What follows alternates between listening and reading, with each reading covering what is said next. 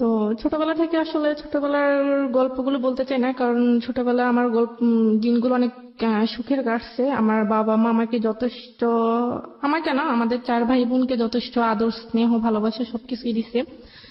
তো আমি যখন খুব ছোট ছিলাম তখন আম, আমার আগে আমার আরেকটা বোন হয়েছিল। তো বোন মারা গেছিল। তো আমার বাবা খুব মেয়ে পছন্দ করে। সবসময় বলতেন যে আমার যদি দুটো ছেলে না হয়, আমার যদি 4টা মেয়ে হইতো, আমি আরো বেশি সুখে থাকতাম। তো যাই হোক, আমাদের একটা খুবই হ্যাপি ফ্যামিলি ছিল। বাবা কি করতেন? জি, বাবা দেশের বাইরে থাকে। আমি যখন ক্লাস 8-এ উঠি তখন আমার কাছে একটা ফোন ছিল। তো আমার বেশিরভাগ পড়াশোনা হয় আমার নানুর বাড়িতে, মানে কারণ কি এরকম যে আপনি জন্মের পর থেকে বাবাকে দেশের বাইরে দেখেছেন? হ্যাঁ, ওকে। ওইখানে সবার সাথে যোগাযোগ রাখতাম এতটুকুই, কারণ নানুর বাড়িতে ছিলাম। তো উনি বেশি একটা কিছু বুঝতো না, তো সেই জন্য আমার কাছে ফোনটা দেওয়া হয়েছে সবার সাথে কন্ট্যাক্ট করার জন্য।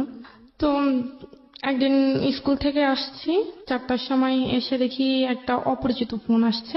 জি। অনেকবার ফোন আসছে, তো নাম্বারটা অপরিচিত দেখে আমি আরেকবার মিস করি। ওকে। দেওয়ার পর ওইখান থেকে ব্যাক করার পর আমি সালাম দিই, যেটা বলার দরকার ভালো টালো কথা জিজ্ঞেস করি। তারপর আমি ওনার নাম জানতে চাইছি, তো উনি ওনার নাম রবিউল বলছে। আমি বললাম যে আপনি কেন ফোন দিচ্ছেন, কোত্থেকে নাম্বার পাইছেন? তো উনি বলল যে দেখেন, হয়তো আল্লাহ আপনার সাথে আমার কথা বলে দিবে, সেজন্য আমি হয়তো আপনার সাথে কথা বলতে পারছি। তো তখন আমি বলছি ঠিক আছে স্যার, ফোন টোন দিবেন না। তো বলে যে আপনার সাথে কথা বলতে কি সমস্যা? আমি বলছি যে হ্যাঁ, আমি অপরিচিত কারোর সাথে কথা বলি না। তারপরে দিন রেখে দিছে, রেখে দেওয়ার পর 2-1 দিন পর পরই ফোন আসে। তো ফোন আসার পর ভালো মন্দ জিজ্ঞেস করার পর এতটুকুই, ভালো টালো কি করেন, কি করতেছি, কি খাইছেন, এতটুকুই। মানে ওই সময়টাতে কি লোকটার নাম জিজ্ঞেস করা, কোথায় থাকে, কি করে? হ্যাঁ, অবশ্যই জিজ্ঞেস করছি। ওনার নাম বলছে রবিউল, নামটা ঠিক বলছে। উনি আচ্ছা, ওকে। একটা এজেন্সিতে কাজ করতো, ওনার বাড়ি হচ্ছে ডোমবাড়িয়া, জি গ্রামের নাম। জি। তো যাই হোক, ওইখানে কাজ করে। ওকে। তো একদিন আমাকে বললো যে আপনাকে একটা কথা বলবো, আপনি যদি কিছু মনে না করেন। তো আমি বলছি ঠিক আছে বলেন। বলে যে যদি হ্যাঁ হয় তো হ্যাঁ বলবেন, আর যদি না হয় না বলে দিবেন, কিন্তু রাগ করবেন না। আমি বলছি ঠিক আছে, আমি রাগ করবো না, আপনি বলেন। তো উনি আমাকে বললো যে দেখেন, আপনার কথাগুলো আমার খুব ভালো লাগে, আমি আপনার সাথে আপনার ফ্রেন্ড হতে চাই। ওকে। তো আমি আপনার সাথে ফ্রেন্ড হব, আমাকে একটু চিন্তা ভাবনা করতে হবে। তো বলে যে কতদিন লাগবে? আমি বলছি 6 মাসও লাগতে পারে, 1 বছর লাগতে পারে, আবার 1 মাসও লাগতে পারে। বলে যে না না, এত লং টাইম তো নিতে পারবো না, আমি আপনাকে 1 সপ্তাহ সময় দিলাম। আমি বলছি না। তো উনি আমাকে খুব জোরাজোরি করতেছে। জোরাজোরি করার পর আমি বলছি ঠিক আছে, আমি 1 সপ্তাহ পর, তবে 1 সপ্তাহের মধ্যে আপনি আমাকে আর ফোন কল কোনো কিছু দিতে পারবেন না। আচ্ছা। তো রেখে দিছে, রেখে দেওয়ার পর 1 সপ্তাহ পর ফোন দিছে। ফোন দেওয়ার পর আমি বলছি যে হ্যাঁ ঠিক আছে, আমি আপনার বন্ধু হতে পারি, তবে 1 শর্তে। তো বললো যে কি শর্ত? আমি বলছি জাস্ট বন্ধুই, বন্ধুর বাইরে আমি আর কোনো কিছু করতে পারবো না। বলছি ঠিক আছে, করতে হবে না। তো তখন আমি ক্লাস 8-এ উঠি, জানুয়ারি মাসের কথা। তো এইভাবেই ওনার সাথে কথা বলি, কথাবার্তা চলতেছে। তো কথাবার্তা চলার মাধ্যমেই উনি আমাকে দেখা করার কথা বলছে এর মধ্যে অনেকবার। তো দেখা করার কথা বলছে, আমি আসলে দেখা করতে চাই না ওনাকে। তো 1 বছরের মাথায় উনি আমাকে প্রপোজ করেন। প্রপোজটা কিভাবে করলো? ফোনের মাধ্যমে? হ্যাঁ, ফোনের মাধ্যমে। 1 বছর কোনো দেখা হয়নি। এর মাধ্যমে কি আপনাদের এর আগে বা মানে ফেসবুক বা অনলাইনে কোথাও? না না, তখন তো আমি ফেসবুক এমনিতে নর্মাল একটা ফোন ইউজ করতাম। এছাড়া কোনো কিছু না ছিল না, না? শুধু আপনাকে just- দেখিনি? না, না দেখিনি। দেখেই আপনাকে প্রপোজ করে ফেলেছে? হ্যাঁ, প্রপোজ করে Okay. ফেলছে। 1 বছর কথা বলার পর প্রপোজ করে ফেলছে। তো আমি বলছি ঠিক আছে, আপনি আমাকে। বয়সটা জানা ছিল? লাইক আপনি তখন ক্লাস 8-এ পড়েন, ওর বয়স কত ছিল? ওনার বয়স তখন 24 বছর ছিল।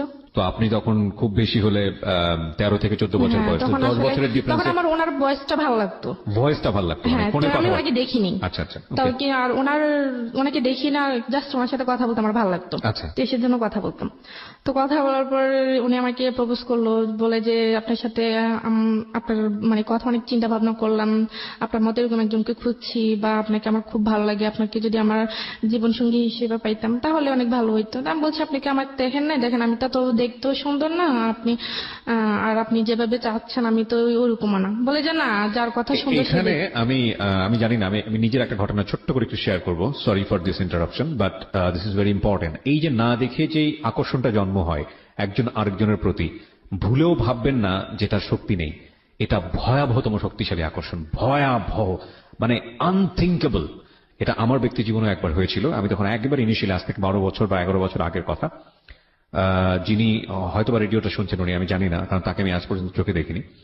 এবং আমি নিজে জানি যে এটা কত ভয়াবহতম হতে পারে। আমার মনে আছে, আমি ঘটনাটা খুব ছোট করে বলি, নামটা পর্যন্ত আমার মনে আছে। আমি নামটা বলবো না, কারণ নামটা বললে নামের সাথে হয়তো অনেকেরই নাম মিলে যাবে, হয়তো সেটা ভালো হবে না তার জন্য।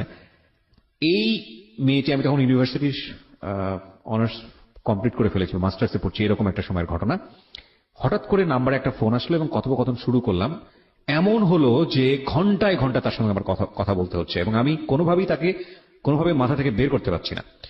2 দিনের মাথায় গিয়ে আমি ফুললি যেটা দেখলাম যে আমি প্রচন্ড রকম ভাবে অ্যাডিক্ট হয়ে গেছি তার ভয়েসের প্রতি। মানে আমি তার ভয়েসের ফ্যান ছিলাম। এবং সে এরকম বলল যে, আমি তখন মহসিন হলে থাকতাম, এবং সে বলল যে সে শামসুন্নাহার হলে থাকে। ইনফ্যাক্ট আমার মহসিন হল থেকে শামসুন্নাহার হলের দূরত্ব খুব বেশি না।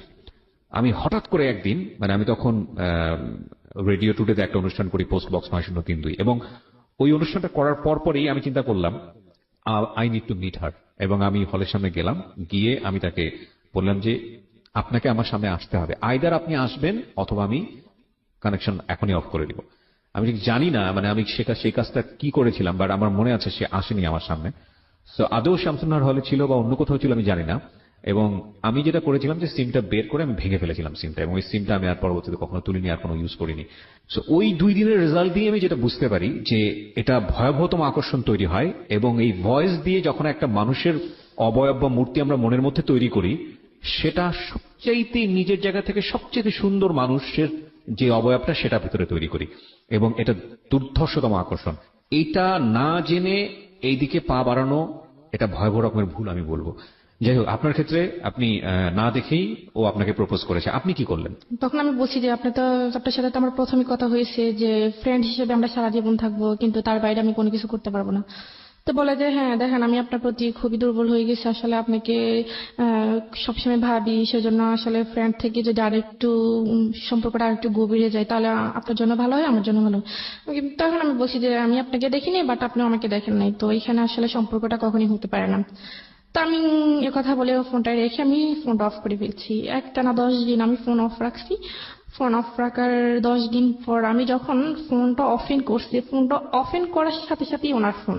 তো আমি ফোনটা তখন রিসিভ করিনি। তো রিসিভ না করাতে অনেকবার ফোন দিছে, ফোন আমি রিসিভ করিনি। তারপর উনি আরেকটা অপরিচিত একটা নাম্বার দিয়ে ফোন দিছে। তো আমি অপরিচিত নাম্বারটা যখন চিনি না, তখন ভাবলাম যে আমার হয়তো আত্মীয় স্বজন হইতে পারে। তো আমি ফোনটা রিসিভ করার পর উনি আমাকে বলে যে আপনি আমাকে, মানে আমার ফোনটা রিসিভ করছেন না, আপনি ফোন বন্ধ রাখছেন কেন, কি সমস্যা আপনার যদি ভালো না লাগে আপনি আমাকে না বলে দেন। আমি বলছি না, আমার ভালো লাগে না, আপনি আর আমাকে ফোন দিয়েন না, আসলে আমি এটা চাচ্ছি না, আমার ফ্যামিলি সেটা কখনোই অ্যাকসেপ্ট করবে না। তো বলে যে না, আপনি একটু ভেবে দেখেন, আসলে চিন্তা ভাবনা করে তো মানুষ সব কাজ করে, তো চিন্তা ভাবনা করে ভালো, আপনি একটু ভেবে দেখেন। তা আমি বলছি ঠিক আছে, আমি ভাববো। তো বলে যে ভাববার জন্য কতদিন সময় লাগবে? তা আমি বলছি দেখেন, আমার চিন্তা ভাবনা যেদিন শেষ হবে আমি আপনাকে ওইদিন ফোন দেবো, কিন্তু তার আগে আপনি আমাকে আর ফোন দিবেন না। বলে যে না না, এটা কেমন কথা, আসলে আপনার সাথে কথা না বলে আমি থাকতে পারি না, এই 10টা দিন আমার অনেক কষ্ট হয়েছে, আপনাকে আমি কিভাবে বুঝাবো। তো বলে যে ঠিক আছে, আমি 10 দিন সময় দিলাম। তো ঠিক আছে, আমি 10 দিন পর আমি উনি আমাকে ফোন দিল বিকালের টাইমে। তখন আমি আমি বলছি যে ঠিক আছে, আমি রাজি আছি।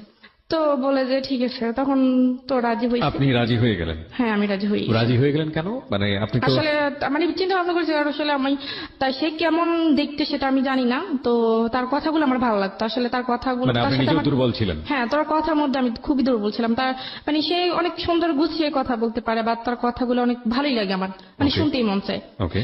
তো যাই হোক, তারপর এভাবে অনেক দিন কেটে গেছে, প্রায় 1 মাসের মতো। তো উনি আমাকে হঠাৎ আবার বলতেছে ঠিক আছে, এখন তো আমরা আরেকটা রিলেশনে, নতুন করে একটা রিলেশন করছি, তো এখন তো আমি আপনাকে তুমি করে বলতে পারি। আমি বলছি ঠিক আছে, তুমি করে বলেন। এখানে একটা জিনিস খেয়াল করবেন, ওদের এই সম্পর্কটা, এটা কিন্তু অনেক লম্বা সময় নিয়ে তারপরে কিন্তু হয়েছে, যদিও দুজন দুজনকে দেখেনি, সম্পূর্ণ ভার্চুয়াল একটা রিলেশনশিপ। প্রথম পর্যায়ে ফ্রেন্ডস ছিল, পরে আপনারা মানে এক ধরনের কি বলে বয়ফ্রেন্ড গার্লফ্রেন্ড রিলেশনশিপে গেলেন। এটার মধ্যে সময় নিলেন কতদিনের? প্রায় 1 বছরেরও বেশি। 1 বছরের বেশি। 1 বছরের বেশি, যেটা সাধারণত দেখা যায় না। মানে এই ধরনের সম্পর্ক ভার্চুয়াল জগতে হতে সপ্তাহখানেকেরও কম সময় লাগে। ডিপেন্ড, এটা পার্সন টু পার্সন ডিপেন্ড করে। বাট ওনারা 1 বছর সময় নিয়ে দুজন দুজনের প্রতি এফেক্টেড হয়েছেন, এবং খুব লম্বা একটা সময় আমি বলবো, যথেষ্ট সময় নিয়েছেন। যাই হোক, প্রিয় শ্রোতা, আমরা এখান থেকেই ফিরবো। গল্পটা শুরু হয়েছে মাত্র, এবং একটা বিষয় অবশ্যই খেয়াল রাখবেন, আজকের এই জীবন গল্প দুর্ধর্ষতম, কষ্টদায়ক, বেদনাদায়ক, ভয়াবহতম একটা গল্প। এবং যারা কষ্ট কম নিতে পারেন তাদের না শোনাটাই ভালো, আমি প্রথমেই বলে দিচ্ছি। কারণ আমার কাছে মনে হয়েছে যে মানে নিজে তো বাবা হয়েছি, মাস 3-4 হলো, সহ্য করাটা আসলে কঠিন, খুবই খুবই কঠিন। ছোট্ট একটা বিরতি মাত্র যেখানটায় আমি ছিলাম ঋতু, বলুন তারপর। তারপর সে আবার আমাকে বলে যে দেখা করার কথা। তো তখনও আমি আসলে এতটা তার সাথে এতটা ফ্রি হইতে পারিনি। তো তখন আমি আর তাকে বলছি যে না, আজকে দেখা হবে না, বা তাকে এভাবে ঘুরিয়ে ঘুরিয়ে আমি সময় পার করতেছি। প্রায় 1.5 বছর চলে যায় এভাবে। 1.5 বছর চলে যাওয়ার পর সে আমাকে হঠাৎ একদিন শুক্রবার ছিল, তো আমাকে বলতেছে যে দেখো, তুমি যদি আজকে আমার সাথে দেখা না করো তাহলে আমার তোমার সাথে কোনো সম্পর্ক থাকবে না। তো বলছে যে তুমি স্কুলের সামনে আসবা, আমি ওইখানে আসবো। তো আমি বলছি ঠিক আছে, বিকাল 5টার দিকে। তখন আসলে আমি তখন নানুকে বললাম যে আমি একটু বাজারে যাব।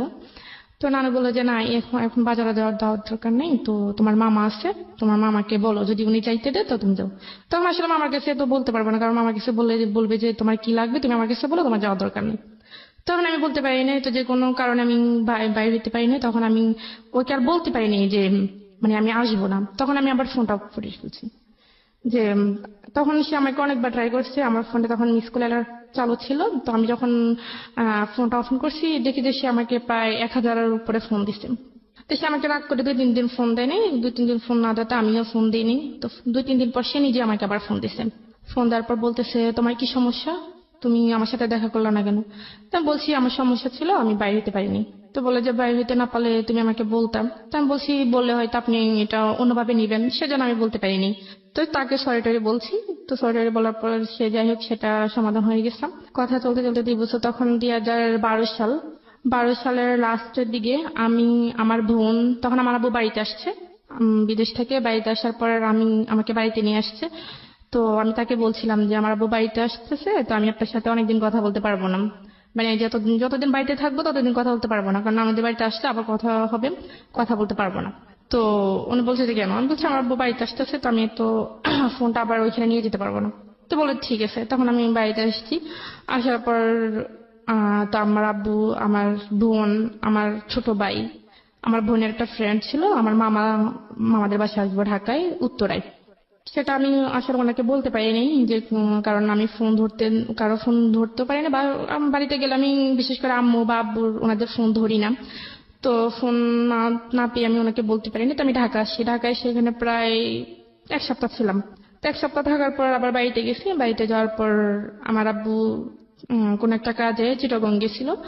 তো ওইখানে যাওয়ার পর আমি একটা সুযোগ পাইছি আমার নানুদের বাড়িতে আসার জন্য। তো আমার নানু ফোন দিচ্ছিল যাওয়ার জন্য, তখন আমি গেছি। গিয়ে আবার ওনার সাথে কন্ট্যাক্ট করছি। তো কন্ট্যাক্ট করার পর বলে যে এতদিন কেন, তুমি তো বলছো কয়েকদিন তারপর আবার আসবা, তো এতদিন গ্যাপ ছিল কেন? বলছি ঢাকা গেছিলাম আব্বুর সাথে, সেজন্য বলতে পারিনি। তো এই ব্যাপারটা আমি ওনাকে বলি নাই কেন, ওইটা উনি আমার সাথে অনেক রাগ করছে যে তুমি ঢাকা গেছো আমাকে বলছো, নাহলে আমিও ঢাকা যেতাম, দূর থেকে তোমাকে দেখতাম। আমি বলছি আমি বলতে পারিনি, আমি সুযোগ পাইনি। এটা নিয়ে অনেক ঝগড়া হয়েছে। ঝগড়া হওয়ার পর উনি আমাকে তুই করে বলতেছে যে তুই আর আমাকে ফোন দিবি না। আমি বলছি ঠিক আছে, আমি ফোন দিব না। মানে ক্রেজি হয়ে গেছে আর কি, হ্যাঁ, এতবার বারবার আপনাকে দেখতে চাচ্ছে, আপনি সামনে আসতেছেন না। আসতেছি না, হ্যাঁ। রাইট। পরে ঠিক আছে, তখন আমি আর তাকে মানে সে আমাকে ফোন দিবে না কেন সেটা আমার জানার আগ্রহ ছিল না, কিন্তু ফোন না দিলেনি। আসলে আমি তার সাথে মানে তার প্রতি অ্যাট্রাকশন হয়নি, আমি আসলে তার কথাগুলো আমার ভালো লাগতো, সেজন্য আমি তার সাথে কথা বলতাম, তার প্রতি। পয়েন্ট করবেন প্রিয় শ্রোতা, ও যেটা বলছে যে ওর কথাগুলো শুনতে ওর খুব মন চাইতো, এবং ওই কথাগুলোর কারণেই ওর প্রতি এক ধরনের ওর দুর্বলতা ছিল, কিন্তু এটা আসলে সে অর্থে কোনো লাভ ছিল না। ওকে। তো সে আমাকে আবার নিজে ফোন দিছে। ফোন দেওয়ার পর বলে যে তুমি এত পাষাণ মানুষ, তোমার মেয়েদের মন নাকি অনেক নরম থাকে, তো তুমি এত শক্ত মনের মানুষ আমি আসলে কখনো ভাবি নেই। তো আমি রাগ করে ফোন রেখে দিছি, তোমার উচিত আমার রাগ ভাঙানো, আমাকে ফোন দেওয়া, তুমি সেটা না করে তুমি উল্টা রাগ করে বসে আছো। তখন ওনার কথাগুলো আমি আসলে এত কেয়ার করতাম না, যেটা বলতে এটা শুনতাম। 2012 সালের প্রায় মাঝামাঝি আমি আবার ঢাকা আসি। আমার মামারা সবাই মিলে কক্সবাজার যাবে, তো আমি ঢাকা আসি আবার। তো আমি ওনার কাছে বলছি যে আমি কক্সবাজার যাব, আমরা সবাই মিলে কক্সবাজার যাবো, ওইখানে অনেকদিন থাকবো, আপনার সাথে আমার কথা হবে না। তো বলে যে আমার যদি ছুটি থাকতো তাহলে তো আমিও যেতে পারতাম।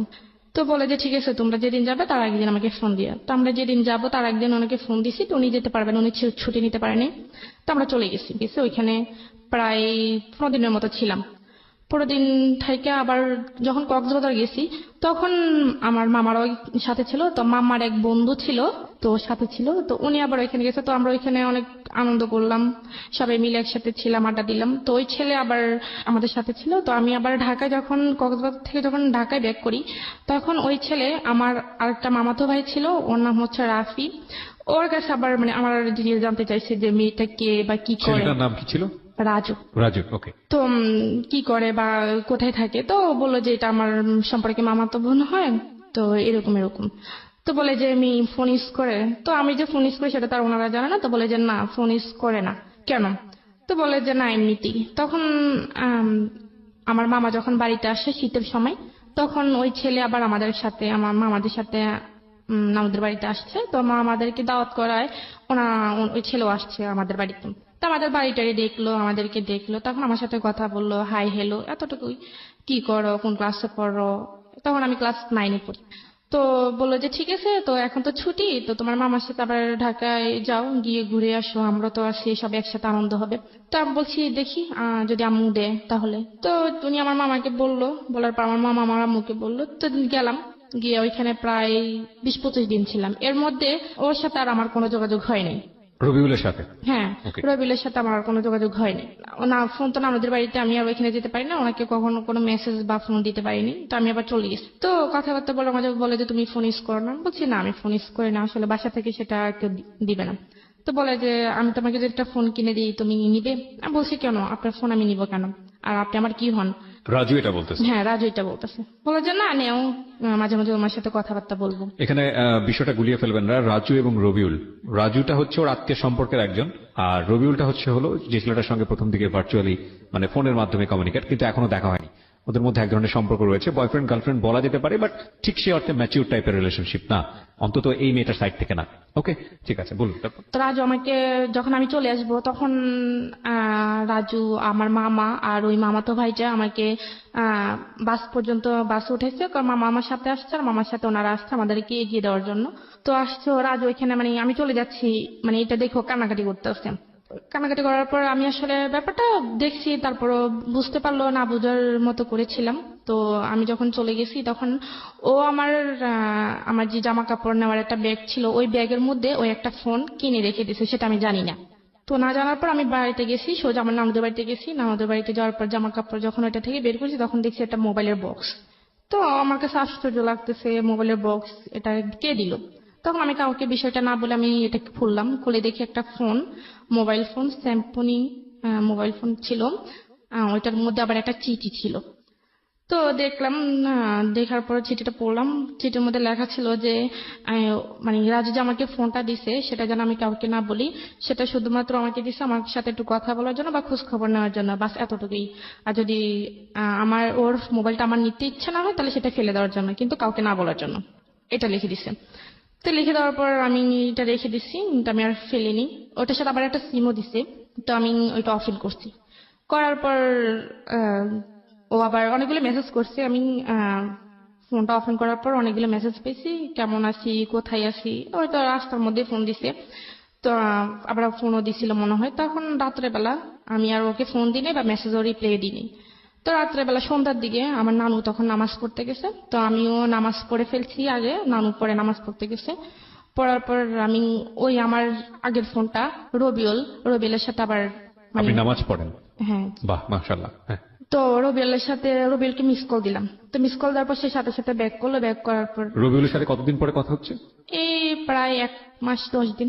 1 মাস 10 দিন কোনো কমিউনিকেশনই ছিল না? জি না। মানে আপনার দিক থেকে আপনি অনুভবই করেননি? না, কোনো অনুভবই করিনি। তার মানে বুঝতেই পারছেন ইট ওয়াজ নট লাভ, অ্যাকচুয়ালি কোনো লাভ ছিল না। নইলে 1 মাস 10 দিন অফ ট্র্যাকে থাকার সময় ও বিজি হয়ে গেছে অন্য কোনো জায়গাতে, রবিউল মাথা থেকে আউট হয়ে গেছে, কিন্তু যখনই ও ফিরে এসছে সময় হাতে আছে তখন আবার রবিউলকে সে নক করছে। তারপর ফোন দিলাম, ফোন দেওয়ার পর ও ফোনটা রিসিভ করার সাথে সাথে খুব কান্নাকাটি করতেছে, অনেক মানে বাচ্চাদের মতো খুব জোরে জোরে কান্নাকাটি করতেছে, আমি কেন তাকে এতদিন ফোন দিইনি। তখন আমি তাকে ব্যাপারটা বুঝিয়ে বলার পর সে আমাকে বলতেছে আমি তোমার সাথে কালকেই দেখা করতে চাই।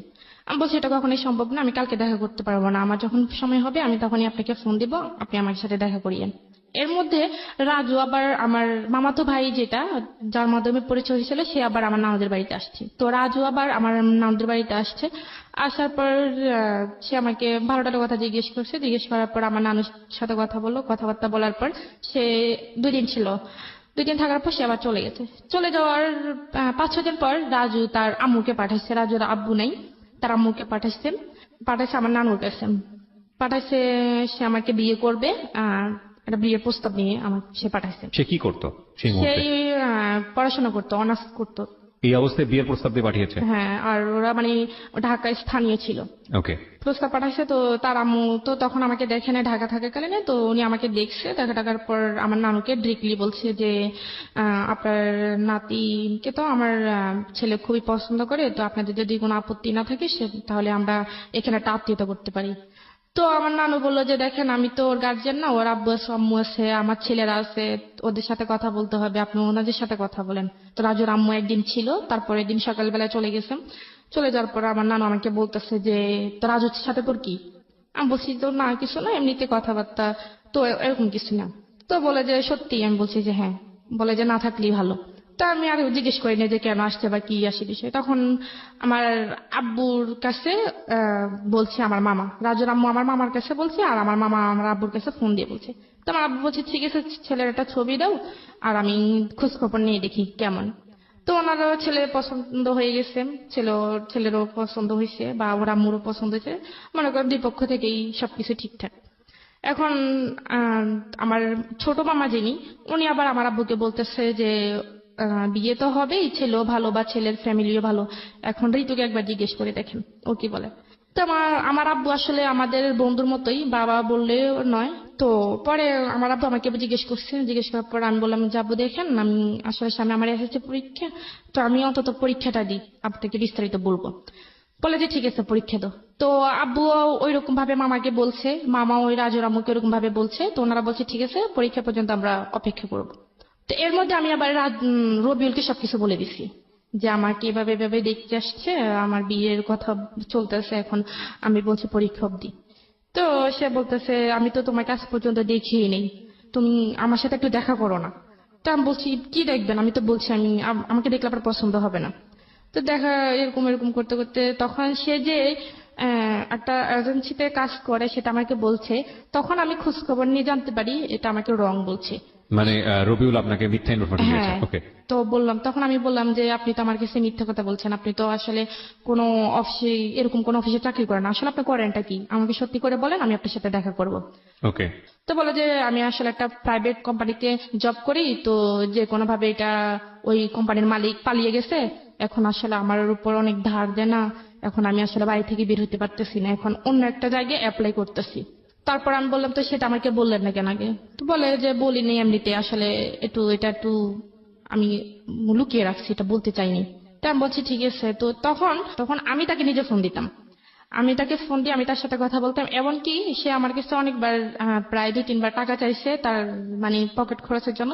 আমি 2-3 বার প্রায় তাকে 10-12 হাজার টাকা দিচ্ছি, কিন্তু আচ্ছা। দেখা সাক্ষাৎ কোনো কিছুই না। আচ্ছা। তখন আমি যখন বিয়ের ব্যাপারটা বলছি, তখন আম্মু আমাকে বলল যে দেখ, ছেলেও ভালো, ছেলের ফ্যামিলিও ভালো, তুই রাজি হয়ে যা, এসএসসি পরীক্ষার পরে বিয়েটা হয়ে যাক, তুই রাজি হয়ে যান, অন্য কোথাও যদি কোনো কিছু থেকে থাকে সেটা বাদ দিয়ে দে। তা আমার আম্মা আমাকে এভাবে বলছে, তখন আমি একটু ডাউট করছি যে আমার আম্মা আমাকে হয়তো একটু সন্দেহ করছে। জি। তো সন্দেহ করার পর আমি তাকে আবার রবিউলকে বলে দিচ্ছি, বলে দেওয়ার পর আমি বলছি দেখেন আপনার সাথে যা হওয়ার হয়ে গেছে, আমি আপনার সাথে আর কথা বলতে পারবো না, তা আপনি আমাকে ক্ষমা করে দেন, আপনার সাথে যদি কোনো বেয়াদবি করে থাকি আসলে এইভাবে আমি ফ্যামিলির বাইরে যেতে পারবো না। এটা রবিউলকে বললেন? হ্যাঁ, আমি রবিউলকে বলছি। তখন রবিউল তো অনেক খুব কান্নাকাটি করছে। সে ও কি বাসার ঠিকানা জানতো? আপনার বাসার ঠিকানা? হ্যাঁ, সে আমার বাসার ঠিকানা জানতো। আমি আচ্ছা। তাকে সবকিছুই সত্যি বলে সঠিক দিয়েছি। বলেছেন, হ্যাঁ। তখন সে খুবই কান্নাকাটি করছে, সে বলতেছে ঠিক আছে আমি তোমাদের বাড়িতে আসতেছি। আমি বলছি যে না, আমার যদি ভালো চান আপনি কখনই আমাদের বাড়িতে আসবেন না, আর আসলে অনেক খারাপ হয়ে যাবে। তখন আমি তাকে এরকম কোনো কিছু বলার পর সে আসেনি। আসার পর সে বলছে ঠিক আছে তুমি আমাকে তো বিয়ে করবে না নাকি? আমি বলছি যে হ্যাঁ করবো না। তো বলে যে ঠিক আছে তাহলে তুমি আমার সাথে শুধু একবার দেখা করো, একবার দেখা করার পর আমি তোমাকে কথা দিতেছি জীবনে তোমাকে আর ফোন দিব না। তা আমি বলছি একবার দেখা করে কি লাভ? সে বলে যে আমি কেমন মেয়ের সাথে কথা বলছি, তাকে শুধু একবার দেখার ইচ্ছে, আর কিছুই না। আমি বলছি আপনি কথা দিচ্ছেন তো? তো সে বলতেছে যে হ্যাঁ আমি কথা দিচ্ছি। তো এর মধ্যে সে আবার ব্রাহ্মণবাড়িয়া, সে এখানে একটা আপনার মাইক্রো ক্রেডিট একটা চাকরি পাইছে জি। ব্রাহ্মণবাড়িয়া। তো আমি আবার ঢাকা যাই মামাদের বাসায়। তখন আমার মামার মামানি প্রেগনেন্ট ছিল, তো তখন উনি খুব অসুস্থ ছিল, তো ওনাকে আমি দেখতে গেছিলাম, আমার আম্মু গেছিল সাথে। তো আমার আম্মু গিয়ে আমার আম্মা আমাকে রেখে চলে আসছে। তো আমি ওইখানে ছিলাম, থাকার পর ওইখানে আবার আমাদের পাশের ফ্ল্যাটে একটা মেয়ে থাকতো, নাম হচ্ছে রিয়া করে। তার সাথে আমার আবার খুব ভালো একটা বন্ধুত্ব ছিল। তার সাথে আমি আবার সবকিছু শেয়ার করছি। তো শেয়ার করার পর তখন আমি ঢাকা গেছি, ঢাকা যাওয়ার পর সে আমাকে বলতেছে যে আমি ব্রাহ্মণবাড়িয়া যাওয়ার জন্য, তার সাথে দেখা করার জন্য। তা বললাম আমি একটা মেয়ে হয়ে আমি ওইখানে কিভাবে যাই? বলে যে দেখো আমি তো নতুন অফিসে জয়েন করছি, নতুন, এখন তো আমাকে ছুটি দিবে না, তো আমি আসলে কিভাবে তোমার কাছে যাবো, তুমি একটু আমার কাছে আসো। তা আমি বলছি ঠিক আছে। তখন আমি ওই রিয়াকে নিয়ে বাইরে বের হওয়ার নাম করে ওকে নিয়ে যাই। শুক্রবার দিন ছিল তখন। ইন দ্য মিন টাইম কি আপনার রাজুর সঙ্গে দেখা সাক্ষাৎ করা, কথাবার্তা হওয়া, এগুলো কোনো কিছু হচ্ছে? না না, ওই কথা মানে বিয়ে প্রস্তাব যখন ওর আম্মু পাঠিয়েছে, পাঠাইছে যেহেতু তারপর ফোনটা আপনার কাছে আছে সেই জন্য হ্যাঁ জিজ্ঞেস সেই করছি। ফোনটা আমার কাছে আছে। কোনো আর কথাবার্তা ওই হয় না, ফোনটা দিয়ে আমি আবার রবির সাথে কথা বলি, কিন্তু রাজুর সঙ্গে কথা বলেন না? রাজুর সাথে আর কথা বলি না। আচ্ছা। যাই হোক গেলাম ব্রাহ্মণবাড়িয়া বিশ্ব রোড, ওইখানে রবিয়াল আসছে। আসার পর আমরা গেলাম, যাওয়ার পর সে আমাকে ফোন দিছে। তো আমি বোরকা পরে জানি, আমি এমনিতেই নর্মাল ভাবে গেছি। তো আসলে ওই মানে আমি ওই কথাটা কখনো ভুলবো না, ওনাকে দেখে আসলে আমার মানে মাথা ঘুরতেছে, মানে এরকম একটা অবস্থা যে মানে আমি আসলে যেটা ভাবছি, যেটা কল্পনা করছি, এটা সম্পূর্ণ বাইরে। সে মনে করেন তখন খুবই হ্যাংলা ছিল, অনেক কালো ছিল। তো আমি ভাবলাম আর বাবা এটা কি, এটা তো এখন আমার ফ্যামিলি কখনো কোনোভাবে মেনে নেবেন। অডিওর সাথে ভিডিওর মারাত্মক পার্থক্য, এটা কি বলে। এবং এটাই হয় আসলে, ভোকাল শুনে ইমাজিন যেটা হয় সেটা বাস্তবে যখন মুখোমুখি হয় সেটা আসলে অনেক বেশি, এবং এটা আরজিদের ক্ষেত্রে আরো বেশি হয়, টু বি অনেস্ট। অবশ্যই এখনকার যুগটা অন্যরকম, কারণ এখন ফেসবুকের যুগ, এখন সব আরজিদেরকে দেখা যায়। আমরা যখন শুরু করেছি তখন দেখা যেত না, তখন এক একজনের ইমাজিনেশন ছিল যে নিশ্চয়ই আমার আরজি, আমি যাকে পছন্দ করি সে দেখতে শাহরুখ খানের মতো হবে, সালমান খানের মতো হবে। এবং তারপরে যখন ফেস টু ফেস হতো সেই দৃশ্য নাই বা বলি। যাই হোক, নিজের জীবনেরও বেশ কয়েকটা অভিজ্ঞতা আছে আর কি, যে জন্যই বললাম। হ্যাঁ, তারপর তার সাথে আমি দীর্ঘ 3 বছর পর দেখা করি ওই দিন। তো 3 বছর পর ওই দিন ফার্স্ট দেখা। তো আমি আবার যখন আমি তার সাথে দেখা করতে যাচ্ছি, মানে গাড়িতে উঠতেছি, তখন আমি আবার তাকে বলছি যে দেখেন আপনি আমাকে কথা দিয়েছেন আপনি আমার সাথে শুধু একবারই দেখা করবেন, এখন আপনি যেরকমই হন আমি আপনার সাথে দ্বিতীয়বার কথা বলবো না। সে বলছে ঠিক আছে, তুমি নিশ্চিন্তে থাকো, আমি তোমাকে কখনোই বিরক্ত করবো না। তো যাই হোক, সে আমাকে দেখলো, আমিও তাকে দেখলাম। দেখার পর ওইখানে একটা রেস্টুরেন্টে গেলাম। ওই দিন আমি সারাদিন মানে তার সাথে দেখা করবে একটু একটু আনইজি ফিল করতেছি, আসলে আমি সারাদিন খাইনি। তো না খাওয়াতে আমার খুব খিদে লাগছে, কিন্তু তাকে দেখার পর আমার খিদে চলে গেছে। ওকে। তাকে দেখার পর আমার খুব খিদে চলে গেছে যে মানে যখন গাড়িতে আসতেছে তখন ভাবতেছি যে ওনার সাথে দেখা করলে একসাথে হয়তো দুপুরের লাঞ্চ হবে বা সকালের নাস্তা দুটি একসাথে হবে। কিন্তু তাকে দেখার পর আমার খিদেটা চলে গেছে, আমি আর মানে আমি কি খাবো। তখন সে আমাকে একটা রেস্টুরেন্টে নিয়ে গেছিল, ওইটার নাম ছিল ঝুমুর, ব্রাহ্মণবাড়ি একটা শহরে। ওইখানে নিয়ে গেছিল। তো শুক্রবার যেহেতু ছিল, উনিও হয়তো খাওয়া দাওয়া করে আসে না, তো উনি খাইছে, আমাকেও দিছে, আমি খাইনি, আমি বসেছিলাম। তো আমি ওইখান থেকে খুবই বিরক্ত ফিল করতেছি যে আমি ঋতু, তারপর কি হলো? তো খাওয়া দাওয়া শেষ হলো, শেষ হওয়ার পর তখন আমরা আবার যখন বাসে যাইতেছি, মানে সে আমাকে বাসে তুলে দিবে, তখন সে আমাকে জিজ্ঞেস করতেছে যে তোমাকে আমার পছন্দ হয়েছে, আমাকে তোমার পছন্দ হয়েছে কিনা। তখন তো আমি বলছি ঠিক আছে, আপনি তো আমাকে বলছেন যে আপনি আমার সাথে আর কখনোই দেখা করবেন না বা কথা বলবেন না, এটা কেমন কথা? এটা এখন তো আপনি মানে কথার সাথে কাজের কোনো মিল নেই, এটা তো কখনোই সম্ভব না। আমি আপনাকে বিশেষ করে আপনার সাথে দেখা করতে আসছি, আর আপনি এখন এটা কি বলতেছেন? বলে যে না দেখো আমি বলে ফেলছি, এটা তোমাকে শুধু তোমাকে দেখার জন্য বলছি, আমি মন থেকে এটা বলিনি। আমি বলছি ঠিক আছে, আমি আগে বাসায় যাই, আমি অনেক টায়ার্ড, আমি খুবই ক্লান্ত, অনেক জার্নি হয়েছে, আমি বাসায় যাই। তো আমার ফোনে চার্জ ছিল না। তো আমি যখন গাড়িতে উঠি তখন আমার ফোনে মানে মোবাইলটা বন্ধ হয়ে গেছে। তো আমি বাসায় গেছি, বাসায় গিয়ে গোসল করলাম, গোসল টোসল করে বা ফ্রেশ হয়ে খাওয়া দাওয়া করে বাসায় গিয়ে মোবাইলটা চার্জ দিচ্ছি, বন্ধ রেখে চার্জ দিয়েছি, মোবাইলটা খুলিনি। তো অনেকক্ষণ সময় হয়েছে, যখন বাসায় আস্তে আস্তে 6টা বাজছে। তো আমি ওনার সাথে আমি ফোনটা অফ করি 8টার সময়। তো ফোনটা অফ করার সাথে সাথে উনি আমাকে ফোন দিচ্ছে। তো বলতেছে এই তুমি আমাকে কেন এতক্ষণ ফোন দেওয়া নেই, মোবাইল বন্ধ ছিল কেন? জানো আমি কতক্ষণ টেনশনে ছিলাম যে তুমি আমাকে কেন ফোন দেওয়া নেই। আমি কত টেনশনে ছিলাম, আমাকে টেনশন রাখতে ভালো লাগে, মানে সে এরকম করে কান্নাকাটি করতেছে। আচ্ছা। তো আমি বলছি যে দেখেন আপনি কান্নাকাটি করতেছেন কেন, আসলে আমি আপনাকে ফোন দিব কেন? আপনি তো বলছেন আপনার সাথে আমার কোনো কথা হবে না, তাহলে আপনি আমাকে ফোন দিচ্ছেন কেন? আপনি আমাকে দয়া করে আর ফোন দিয়েন না, আমি আপনার কথার উপর বিশেষ করে আপনার সাথে দেখা করছি, সেজন্য এটা না যে আপনার সাথে আবার কথা বলতে হবে। তখন সে আমাকে বলতেছে যে তুমি যদি আমার সাথে কথা না বলো আমি মরে যাব, আমি ট্রেনের তলে নিজের জীবন দিয়ে দিব, আমি ফাঁসি দিব, মানে এরকম বিভিন্ন রকমের ব্ল্যাকমেল করতেছে। তো করার পর আমি ফোনটা রেখে দিয়েছি। তখন ওনার সাথে আমার মানে কথাই বলতে ভালো লাগতেছে না, যে কি কথা বলবো আসলে। তখন মনে হইতেছে যে একটা মানুষকে যদি মনে দেখে ভালো না লাগে তখন তার সাথে কথা বলাটা আসলে ভালো লাগতো। তখন ওনার কথাগুলো তখন আর আমার কাছে ভালো লাগতো না, কিন্তু দেখা করার আগে ওনার কথাগুলো আমার খুব ভালো লাগতো, কিন্তু তখন আর দেখা করার পর মানে কথাগুলি ভালো লাগতো না। তখন আমি আহ রেখে দিছি। রেখে দেওয়ার পর উনি আমাকে বারবার ফোন দিয়ে, আমি ফোন রিসিভ করে না। তারপর আমি নাম্বারটা ব্ল্যাক লিস্টে রাখিয়ে দিছি। তো রেখে দেওয়ার পর সে আমাকে বিভিন্ন নাম্বার থেকে ফোন দিচ্ছে। ফোন দেওয়ার পর আমি ফোন মানে কোনোভাবে রিসিভ করি না। তো তার এক কলিং ছিল, আমি ওনার নামটা বলতে চাচ্ছি না। তো তার কলিং ছিল, সে আমাকে ফোন দিছে। ফোন দেওয়ার পর বলতেছে কি, আমি কি ঋতুর সাথে কথা বলতে পারি? আমি বলছি হ্যাঁ আমি ঋতু, আপনি বলেন। তো বলে যে আপনি কি রবিউলকে চিনেন? আমি বলছি কোন রবিউল? বলে যে ওই দিন শুক্রবারে দেখা করতে গেছেন ওই রবিউল। আমি বলছি না, আমি এরকম আমি কাউকে তো চিনি না, আমি কারোর সাথে দেখা করিনি, আপনি কেন ফোন দিচ্ছেন? তো বলে যে এখন তখন আমি ফোনটা রেখে দিছি। ফোনটা রেখে দেওয়ার পর উনি আবার ফোন দিছে। তখন আমি আবার ফোনটা কেটে দিছি। তো বারবার ফোন দিতেছে। তখন আমি বলছি যে আপনার সমস্যাটা কি, আপনি আমাকে বারবার ফোন দিয়ে ডিস্টার্ব করতেছেন কেন? আমি তো বলছি আমি রবিউল, আমি কাউকে চিনি না, আপনি হয়তো ভুল নাম্বারে ডায়াল করছেন। তো বলতেছে যে দেখুন আপু, আপনার সাথে আমি একটু 2 মিনিট কথা বলবো, আমাকে প্লিজ 2 মিনিট সময় দেন। তা আমি বলছি ঠিক আছে 2 মিনিট, তার বেশি না।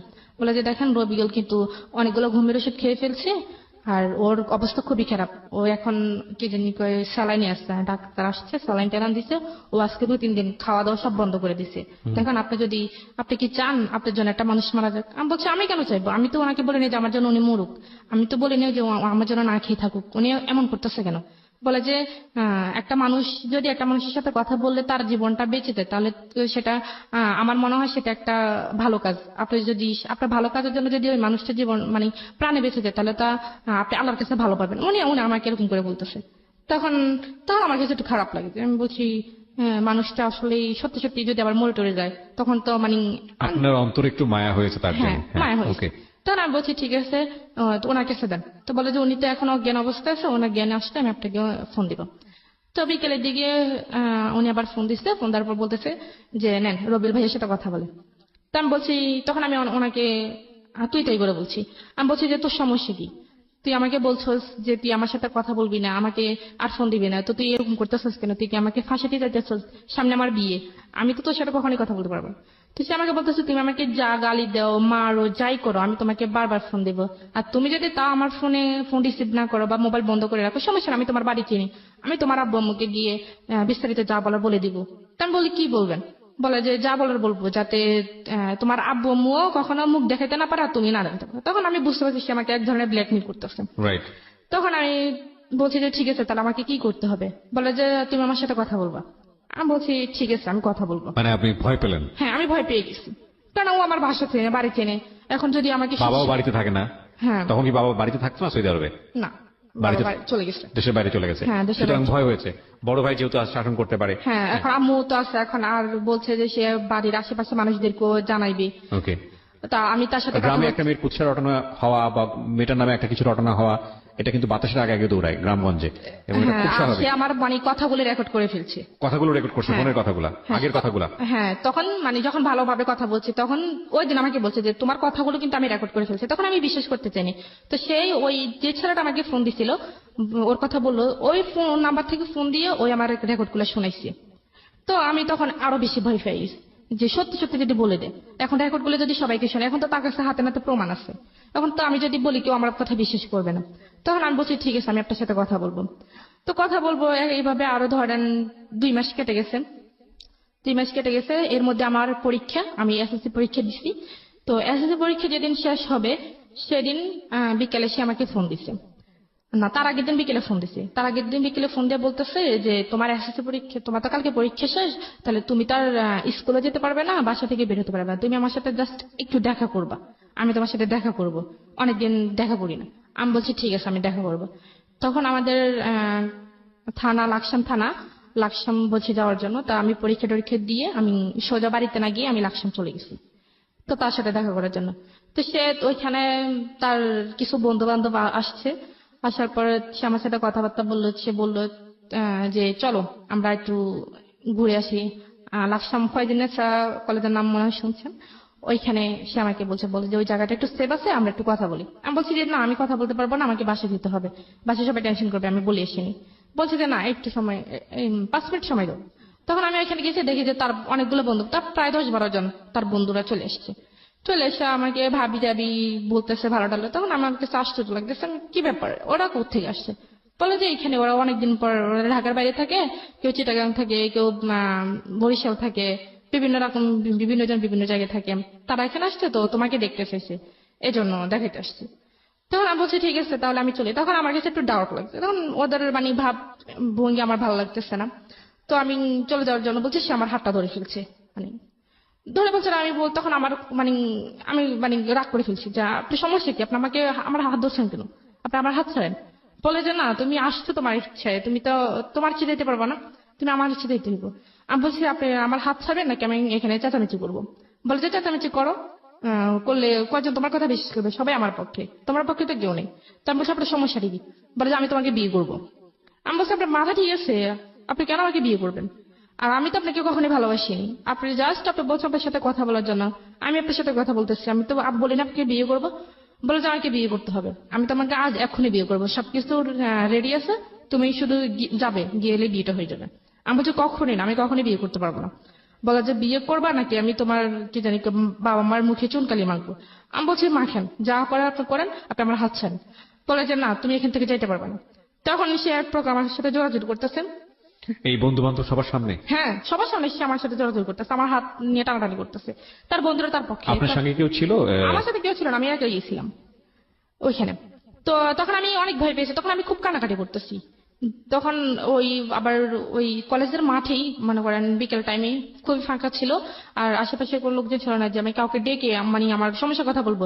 তখন তার একটা বন্ধু একটা প্রাইভেট কার নিয়ে আসছে, নিয়ে এসে সে আমাকে টান মেরেই গাড়ির ভিতরে ঢুকিয়ে ফেলছে। ঢুকে ফেলার পর তখন কি জানি তারপর কি হয়েছে আমি আর জানি না।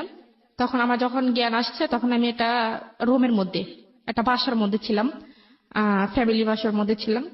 তখন আমার চোখে পানি টানে দিচ্ছে, দেওয়ার পর তখন বাড়ি, তখন জ্ঞান ফিরছে ঠিকই, কিন্তু আসলে আমি কথা দিয়ে আবারও ফিরছি ঋতুর কাছে। হ্যাঁ, তারপরে আপনি দেখলেন যে কোন একটা জায়গায় আপনি তখনও ঠিক মতো শারীরিকভাবে ওকে না। না। তো তারপর ওইখানে একটা মহিলাকে দেখলাম। তো উনি আমাকে বললো যে তুমি ঠিক আছো? তা আমি বলছি আমি কোথায়, আমি বাড়ি যাব, আমাকে বাড়িতে নিয়ে যান। তুমি জানো তুমি কার কাছে আসছো? আমি বলছি যে না। আপনি কে? বলে যে তুমি যে ছেলের সাথে আসছো আমি ওই ছেলের আন্টি হই। তা আমি বলছি দেখেন, উনি আমাকে জোর করে এখানে আনছে, আমার আসলে কোনো আসার ইচ্ছে ছিল না, আপনি আমাকে যাওয়ার একটু ব্যবস্থা করে দেন। বলে যে না, ওরা তো বিয়ের ব্যবস্থা করতে গেছে, তোমাদের তো নাকি আজকে বিয়ে। আমি বলছি যে না, আমার তো বিয়ে করার ইচ্ছা নেই, দেখেন আমার বিয়ে ঠিক হয়ে গেছে, এখানে আমি আসলে থাকতে পারবো না। আর আপনি বোঝার চেষ্টা করেন, আমি তো ওনার সাথে জাস্ট ফ্রেন্ড হিসেবে কথা বলছি। তো বলে যে না, তুমি মিথ্যা কথা বলো কেন, আমি তো সব শুনছি। তো উনি আমাকে এড়িয়ে যাইতেছে এভাবে। যাওয়ার পরে তো যাই হোক, এখন ও ছেলে আসছে, আসার পর আমি ওই ছেলের পা ধরে ফেলছি, পা ধরে মাপ চাইতেছি। রবিউলের? হ্যাঁ, পা ধরে মাপ চাইতেছি যে আমাকে একটু চলে যেতে দেন, আমার জীবনটাকে এভাবে নষ্ট করিয়েন না। তো সে বলতেছে যে আমার মধ্যে কি নেই, আমি তোমার জীবন কেন নষ্ট করবো, আমি তোমাকে বিয়ে করতে চাই, এমন তো না যে তোমাকে নিয়ে টাইম পাস করতেছি বা তোমাকে নিয়ে কোথাও গিয়ে সময় কাটাতেছি, আমি তো তোমাকে বিয়ে করতে চাই। তো আমার মধ্যে কি এমন নেই যে তুমি আমাকে ভালোবাসো না? তখন আমি বলছি যে আপনি নিজের চেহারাটা একটু আয়নার মধ্যে গিয়ে দেখছেন, আমি বলছি। বলার পর সে আমাকে একটা থাপ্পড় মারছে এখানে, অনেক জোরে একটা থাপ্পড় মারছে। থাপ্পড় মারা আমার খুব কানাকাটি করতেছি। কানাকাটি করার পর বলতেছে যে তুই যদি আমাকে বিয়ে না করস, এখানে তুই আমার লাশ দেখবি। আমি বলছি আপনি মরেন, যাই করেন, এটা আপনার ইচ্ছা, আমি আর আপনার কোনো কথাই আমার মন গলবে না। তখন সে কি করছে, একটা তরকারি কাটার যে ছুরিগুলা, ওইগুলা এসে তার হাতের মধ্যে একটা করে দিচ্ছে। পজ দিছে? হ্যাঁ। তো অনেকগুলো রক্ত বাইরে হইতেছে। তো বাইরে হওয়ার পর আমার তখন খারাপ লাগছে, তখন আমি দৌড়ে গিয়ে তার হাতটা চেপে ধরছি যাতে রক্ত বাইরে না হয়। তো চেপে ধরার পর তার আন্টি আমি রাখ দিচ্ছি, রাখ দেওয়ার পর উনি আইসা ব্যান্ডেজ করে দিচ্ছে। তারপর তো বলে যে ওই ছেলে আমাকে বলে যে এখন তো দেখছো আমি তোমাকে কতটা ভালোবাসি, এখন তুমি কি চাও আমি তোমার জন্য মরে যাই? তখন আমি আসলে এক ধরনের রাজি হয়ে গেছি। আমি বলছি ঠিক আছে আমি রাজি। তো আমি বলছি যে আমি রাজি এক সপ্তাহে, তো আমি বিয়ের পর আমি বাড়িতে চলে যাব। তো সে বলছে যে না, বিয়ের পর তো আমি বাড়িতে যাওয়ার জন্য তো তোমাকে বিয়ে করবো না, আমি বিয়ে করবো তোমাকে আমার কাছে রাখার জন্য। তো যাই হোক, বিয়েটা হয়ে গেছে। 9 লাখ টাকা কাবির নামা ছিল। সে আমাকে বলছে যে কাবির নামা কত টাকা হবে? তখন আমি বলছি যে আপনার ইচ্ছা। তখন আসলে আমার ওই মানসিকতা বিয়ের জন্য যে একটা প্রস্তুত থাকা, আমি আসলে ওইরকম ছিলাম না। তখন আমি বলছি আপনার যত ইচ্ছে তো না, তুমি বলো। আমি বলছি যে ঠিক আছে 10 লাখ টাকা। তো কাজী বলতেছে ঠিক আছে, কেউ কিছু বলা দরকার না, আমি একটা বলে দিই। তো উনি 9,01,01 টাকা বলছেন। আপনার বয়স হয়েছিল বিয়ের? কি না, আমার বয়স তখন আমি ক্লাস এসএসসি পরীক্ষা দিছি, তখন আমার 16 বছর সামথিং, সর্বোচ্চ হলো 15-16 বছর। হ্যাঁ তখন Okay. ছিল। তো তখন আবার আমার কাজী কত বয়স দেখালো? ওইখানে 20 বছর দিছে। 20 বছর দিয়েছে। হ্যাঁ। এরকম আর আমার বিয়েতে তো যদি মানে কেউ করায় এবং এটা যদি কোনোভাবে আইনি ঝামেলায় যায়, তাহলে মানে ওনারা তো ফাঁসবেনই, কাজী সবার আগে ফাঁসবে আর কি। তো যাই হোক, তো আমাকে ওই তো 9,01,01 টাকায় বলছে। বলার পর তো বিয়েটা হয়ে গেছে। হওয়ার পর সেই যেখানে চাকরি করে ব্রাহ্মণবাড়িয়া, সেখানে আমাকে নিয়ে গেছে ওই দিনই। ট্রেনে চলে গেছি আমরা। যাওয়ার পর ওইখানে একটা রুম নিল। রুম নেওয়ার পর কিছু জিনিসপত্র ইন কিনলো। দ্য মিন টাইম বাড়ির কথা আপনার মনে পড়েনি? বাড়িতে কি হচ্ছে? না, অবশ্যই পড়ছে। তখন আমি তাকে অনেকবার চেষ্টা করছি। তখন তো আমার কাছে ফোন ছিল না, কারণ আমি সাথে করে ফোন নিয়ে আসিনি। আর তাকে আমি অনেকবার বলছি যে বিয়ে যেহেতু হয়ে গেছে, তখন তো বাড়ি থেকে অনেক সমস্যা করবে না, বাড়িতে জানাই। বলে যে না না, এখন বাড়িতে জানালে সমস্যা করবে, আমরা আগে একটু সেটেল হই, তারপর বাড়িতে জানাবো। তখন মানে সে যেভাবে বলতেছে সেভাবে, কারণ মানে তার কথা যদি আমি একটু মানে নড়চড় করি, সে আমাকে ছুরি টুরি দিয়ে ভয় দেখায়, তারপর হাত কাট নিয়ে মানে ভয় দেখায়। তখন আমি আসলে অতটা ইয়ে ছিলাম না। তো বাড়িতে কি হয়েছে না হয়েছে সেটা আর আমি তখন জানি না। তো তখন আমাকে ওইখানে নিয়ে গেছে। নিয়ে যাওয়ার পর সে আমাকে একটা রুম দিল। রুম নেওয়ার পর মানে টুকিটাকি যা লাগে আর কি সব নিছে। নেওয়ার পর তো চলতেছি। তখন যাচ্ছি, বাড়িতে কি হয়েছে না হয়েছে সেটা তো আর আমি জানি না। তখন ওইখানে গেলাম। তো নেওয়ার পর সেই তো সারাদিন চলে গেল। তো আমি রান্না বান্না করলাম। তো সেই কোথায় গেছে আমি জানি না। সারাদিন সে বাসা ছিল না। না রুম কি থাকাতে আগে থেকে নিয়ে আসছিল নাকি ওর রুমে গিয়ে উঠলেন? না, সে ওইখানে মানে আগে থেকে একটা রুম নিয়েছিল সেই। তো রাত্রেবেলা তো সে আসছে, এসে কিছু ফুল টুল দিয়ে রুমটা সাজাইলো। নিজেই? হ্যাঁ, না নিজে না, সে আর তার এক বন্ধুকে নিয়ে, বন্ধুর সাথে দিছে। সে কোথায় গেছে আমি জানি না। তো তার বন্ধু, তার এক কলিং, উনি আবার বিয়ে করছে, বোনি আবার ওইখানেই থাকে। সে আমাকে বাইরে তালা দিয়ে চলে গেছে। তো আমি সারাক্ষণ রুমের মধ্যে ছিলাম। তো রুমের মধ্যে থাকার পর সে বিকেলের দিকে আসছে। আসছে আমাকে বলতেছে তো তুমি রেডি হও। তো আমি বলছি কেন রেডি হবো, কোথায় যাবো? বলে যে আমার এক ফ্রেন্ডে দাওয়াত দিচ্ছে, রাত্রে ওইখানে খাওয়া দাওয়া করবো। তো আমি বলছি আমি রেডি হবো কি, আমি তো তখন আমার তো মানে কাপড় চোপড় কিছুই নেই ইনফ্যাক্ট? কিছুই নেই। হ্যাঁ, আমি রেডি হবো কি? সে আমার জন্য একটা শাড়ি কিনলো। 1200 টাকা দিয়ে একটা শাড়ি কিনছে। আর নর্মালি বাসা পড়ার জন্য 2টা 3 পিস কিনছে। তো নিয়ে আসছে। নিয়ে আসার পর সে আমাকে বলছে রেডি হওয়ার জন্য। তো রেডি হয়েছি। রেডিমেডি হয়ে আমরা ওই ফ্রেন্ডের বাসায় গেছি। যাওয়ার পর ওইখানে খাওয়া দাওয়া করে আমরা আবার রিটার্ন আসছি। ওই ফ্রেন্ডের বাসায় যখন খাওয়া দাওয়া করতে গেছি, তখন বাসাতে মানে আবার খাওয়া দাওয়া করে যখন আবার বাসা আসছি, তখন দেখি ফুল টুল দিয়ে সাজানো রুমটা। তো তখন সে আমাকে, তখন আমি শুয়ে পড়ছি, কারণ মানে আমার মানে এত টেনশন হইতেছে যে বাড়িতে কি হচ্ছে। তখন আমি এই জিনিসটা টেনশন করতেছি। তখন আমি বারবার তাকে বলতেছি যে বাড়িতে ফোন দেন। সে বলতেছে না, বাড়িতে এখন ফোন দেওয়া যাবে না, বাড়িতে এখন ফোন দিলে তোমাকে সবাই নিয়ে যাবে। আমি যেটা বলতেছি সে এড়িয়ে দিতেছে। তখন রাত যখন হয়েছে, তখন আমি শুয়ে গেছি।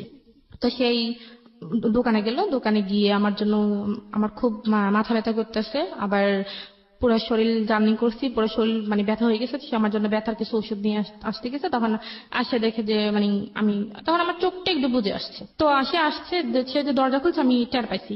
টের পাওয়ার পর আমি ওই সেভ মতে শুয়েছি। শোয়ার পর আমি একবার এক পাশে গিয়ে শুয়েছি। তো শোয়ার পরে সে আসছে, আইসে আমাকে উঠাইলো, বলে যে তোমার না শরীরে ব্যথা করতেছে, ওষুধ খাও। তো আমি ওষুধটা খাইছি। খাওয়ার পর কিছুক্ষণ পর ব্যথাটা একটু কমে আসতেছে, এরকম অনুভব হইতেছে। তখন সে আমাকে বললো যে তুমি কি ঘুমাই যাবা? আমি বলছি যে হ্যাঁ, আমি ঘুমিয়ে যাব। তো বলতেছে কেন, আজকে মানুষের জীবনের একটা প্রথম রাত আমাদের, আর এই রাতের জন্য মানুষ হাজার হাজার বছর অপেক্ষা করে, তুমি এই রাতেই ঘুমিয়ে কাটিয়ে দিবে? আমি বলছি আমার কাছে এটা কোনো রাত মাত মনে হয় না, আমার ঘুম আসতেছে, আমি ঘুমাবো। বললো যে না, আমার সাথে কথা বলো। আমি বলছি যে আপনার সাথে আমি কথা বলবো কালকে। তার কথা আমি আসলে এক কান দিয়ে নিতেছি, এক কান দিয়ে ফেলে দিচ্ছি। আমার মূল উদ্দেশ্য হচ্ছে আমি যদি কোনো রকম একটু সুযোগ পাই, আমি পালিয়ে যাবো। বাড়িতে গিয়ে তারপর সব ঘটনা বলে দিব, হ্যাঁ, পালিয়ে যাবো। তখন তখন আমার খুব ঘুম আসতেছে। তখন আমি একবার মানে বসা অবস্থা ঘুমিয়ে গেছি। তখন ঘুমিয়ে যাওয়ার পর সে আমাকে মনে হয় শোয়াইছে। তখন আমি আর বলতে পারবো না কি হয়েছে। তখন সকালে সে আমাকে আবার তালা মেরে চলে গেছে, অফিসে চলে গেছে। তো আশেপাশে ফ্ল্যাটে কেউ ছিল না আপনাদের? হ্যাঁ ছিল। তো আপনি তো ওখানে নক করে বললেও তো বলতে পারতেন। মানে গেটটা এমন ভাবে ছিল, মনে করেন দরজাটা ছিল বাইরে, আর ভিতরে আবার আরেকটা ইয়ে ছিল, মানে গ্রিলের মতো। আচ্ছা, মানে হলেও সম্ভব না? সম্ভব না। চিল্লালেও হয়তো অনেকে শুনবে না। হ্যাঁ। আচ্ছা। আর পরে কি করছে, তখন আমি উঠছি, উঠে ফ্রেশ হয়েছি। ফ্রেশ ট্রেশ হয়ে আমি নাস্তা খাইনি, আমি চাটা শুধু খাইছি, আর পরোটা খাইনি। তো না খাওয়ার পর এখন আমি রান্না বান্না কোনো কিছু করি না। সে দুপুরে খাওয়ার জন্য আসছে। বাচ্চা ঠিক কিছু সমস্যা না, রান্না করে না, আমি হোটেল থেকে নিয়ে আসছি। তখন সে হোটেল থেকে মাছ আর কি জানি নিয়ে আসছে, আমার মনে নেই। তো নিয়ে আসার পর সে মানে আমাকে খাই দিতে চাইতেছে। তো আমি খাইনি। তো সে আমাকে 2-3 বার এরকম করতেছে। তখন আমি কি করছি, আমি প্লেটটা ফেলতে চাইনি, তো আমি ধাক্কা দেওয়ার পর একটু জোরে লেগেছে, প্লেটটা মাটিতে পড়ে গেছে। পরে কাঁচের প্লেট ছিল, ওটা ভেঙে গেছে। ভেঙে পর সে রাগ করে ফেলছে, সে আমাকে একটা ধাক্কা দিয়ে ফেলছে। ধাক্কা দেওয়ার পর আমি একটা দেয়ালের মধ্যে গিয়ে একটু বাড়ি খেয়েছি কপালের মধ্যে, তারপর আমার কপালটা ফুলে গেছিল। তো ফুলে যাওয়ার পরে তখন আমি বুঝছি যে মানুষ আমার বিয়ের একদিন না যেতে আমার উপর এরকম টর্চার শুরু করতেছে, সে মানুষ আমাকে কিভাবে সারা জীবন ভালো রাখবে সেটা আমার ভালো জানা হয়েছে। তো বলে যে কি জানি কয়, না তোকে তুই যতই করস, চালাকি করস, তুই এখান থেকে যেতে পারবি না, তোকে যেহেতু আমি বিয়ে করছি এখানে থাকতে হবে। তখন এভাবেই আমি আসলে একটা না প্রায় 2 দিন খাইনি। 2 দিন শুধু একটু চা খেয়েছি, আর কিছু না, চা খাই আর পানি খেয়ে। তখন আমার শরীরটা খুবই দুর্বল হয়ে গেছে। তো তখন সোমবার দিন ছিল, সেই অফিস থেকে লাঞ্চের সময় আসার পর সে আসছে আর আমি গোসল করতে গেছি। তো গোসল করতে গেছি, তো গোসলখানার আবার ভিতরে একটা দরজা আছে, একটু বড়, একটা মানুষ কোন রকম বাইরে হতে পারবে। তখন সে যখন অফিসে থাকবে না, তখন আমি ভিতরে চেষ্টা করতাম যে কোন দিক দিয়ে বের হওয়া যায়। তখন আমি ওই বাথরুমের ভিতরে ওই জায়গাটা দেখছি। দেখার পর আমি ওইটার মধ্যে একটা কোমোড ছিল, কোমোডের উপর দাঁড়িয়ে ওটার মধ্যে আর একটা মোড়া দিয়ে আমি দেখছি যে ভিতরে দাঁড়ানোর মতো কোনো পজিশন আছে কিনা। তখন দেখছি যে না, ভিতরে নিচে দাঁড়ানোর মতো একটু জায়গা আছে, একটা পা রাখা যাবে। তখন আমি কি করছি, তখন তো আমি বাথরুমে চলে গেছি, জামা কাপড় নিয়ে গেছি। আমি ভাবছিলাম যে সে যদি জড়িয়ে এসে পড়ে, তখন আমি এটা অজুহাত দেখাতে পারবো যে আমি গোসল করতে গেছি। তো সে আসছে, আসার পর আমি তো বাথরুমে ছিলাম, সে আসতে আমি শুনে, সে অনেকক্ষণ হয়েছে আসছে। তো আমি চেষ্টা করতেছি এটার উপর ওঠার জন্য, কিন্তু উঠতে পারতেছে না। তো আমি যে মোড়া দিয়েছি, সেই মোড়াটা কোমরটা একটু প্লাস্টিক টাইপের, ওটা একটু পিছলে হয়ে গেছে। তো ওইটা স্লিপ খেয়ে আমি পড়ে মনে করেন একবার পুরোপুরি অজ্ঞান হয়ে গেছি। আর শরীরটা খুব দুর্বল ছিল, আমি খাইনি, অজ্ঞান হয়ে গেছি। অজ্ঞান হয়ে যাওয়ার পর সেই আওয়াজ পাইছি, আওয়াজ পাওয়ার পর সেই দরজাটা ধাক্কাইতেছে। তো দরজার সিট কিনে ছিল, সেটাও ধাক্কাতে এটা খুলে গেছে। খুলে যাওয়ার পর সে আমাকে রুমে আনছি, রুমে আইনা তো একটা ডাক্তার আনছে। ডাক্তার আনার পর ডাক্তার বলতেছে কি ব্যাপার, উনি তো খুবই দুর্বল, ওনাকে একটা স্যালাইন দিতে হবে। তো বলছি ঠিক আছে স্যালাইন দেন। তো ডাক্তার আমাকে একটা স্যালাইন দিল। স্যালাইন দেওয়ার পর আমার জ্ঞান আসছে, আমার হাতে স্যালাইন দেওয়া। সে আমার পাশে বসে আছে, আমার মাথায় হাত বুলাই দিতেছে। তো সে বলে যে তোমার সমস্যা কি, তুমি খাওয়া দাওয়া করো না কেন, তুমি কি মরে যাবে নাকি? আমি বলছি যে হ্যাঁ আমি মরে যাবো। বলা যে তুমি মরে গেলে আমি থাকবো কি করে? তখন বলছে আপনি কিভাবে থাকবেন সেটা তো আমার জানার বিষয় না, যখন আমি আপনার কাছে ছিলাম না তখন তো আপনি ছিলেন, এরকম বলতেছে। তখন আমি সব কথা তার খুব সে যদি নর্মালি কথা বলে আমি একটু রাগ দেখে কথা বলি। 5-6 দিন চলে যাওয়ার পর সে একদিন রাত করে আসছে। আসার পর আমি শোয়া ছিলাম, ঘুমিয়ে ছিলাম আবার ছিলাম, এরকম একটা অবস্থা। সে মনে করেন এক ধরনের আমার উপর জোরাজুরি করতেছে, যেরকম স্বামী স্ত্রীর মধ্যে একটা ফিজিক্যাল রিলেশন যেটা হয়, সেটা ওই দিন ফার্স্ট ওই দিন হয়ে গেছে আপনার অনিচ্ছা সত্ত্বে। হ্যাঁ, আমার অনিচ্ছা সত্ত্বে। So it was rape. Legally যদি এটা বলি, আইনত এটা হচ্ছে রেপ। হ্যাঁ। এবং অনেকের ধারণা নাই, আপনাদের সবার অবগতির জন্য জানাচ্ছি, সেটা হচ্ছে যে অনেকেই মনে করেন যে বিয়ে করার পরে এই ধরনের সম্পর্ক এটা রেপ হয় না। কিন্তু বাংলাদেশের নারী নির্যাতন আইন অনুযায়ী আপনারা যদি ইন ডিটেলে যান, তাহলে বিবাহোত্তরও রেপ হয়। এবং স্ত্রীর অনিচ্ছা সত্ত্বে যদি এই ধরনের কোনো অ্যাক্টিভিটিস এর মধ্যে যাওয়া হয়, তাহলে সেটা রেপের পর্যায়ে পড়ে। এবং এটার জন্য কিন্তু চাইলে স্ত্রী আইনত অ্যাকশনও নিতে পারেন। So it was rape actually. Okay. তারপর সে আমার সাথে জোরাজুরি করে এরকম সেদিন 3 বার সে আমার সাথে ফিজিক্যাল রিলেশন করছে। তো তখন আমি এক পর্যায়ে নিস্তেজ হয়ে গেছি, বাট আমার কোনো হুঁশ ছিল না। তো হুঁশ না থাকার পর সকালে আমি হাঁটতেই পারতেছি না, এরকম একটা অবস্থা। পরে উনি অফিসে যাওয়ার সময় ওই দিন আর আমাকে তালা দিয়ে যায়নি। যেদিন তার আগের দিন যে ফিজিক্যাল হয়েছে, তো তার সকাল থেকে সে আমাকে তালা দিয়ে যায়নি, দরজা খোলাই ছিল। তো সে আমাকে বললো যে যদি খারাপ লাগে, নিচে তার আবার এক বন্ধুর আম্মা থাকে, তো ওনার সাথে গিয়ে কথা বলতে পারবো, আমি ওনাকে বলে যাবো, উনি তোমার সাথে এসে কথা বলবেন। তো তখন আর বাইরের তালা দিয়ে যায় নাই। তো আমি তখন চিন্তা করলাম যে আমার মনে একটা ধারণা আসছে যে যেহেতু এতদিন বিয়ে হয়েছে ঠিক, কিন্তু আমাদের মধ্যে কোনো কিছু ছিল না। তখন আমি বাড়িতে চলে গেলাম, আমি বলতে পারতাম যে আমি পারফেক্ট, আমার মধ্যে কোনো ইয়ে নেই। See, this is a sense of society, sense of virginity, sense of our social ethics. It's a very important point. খেয়াল করবেন এটা। ওকে।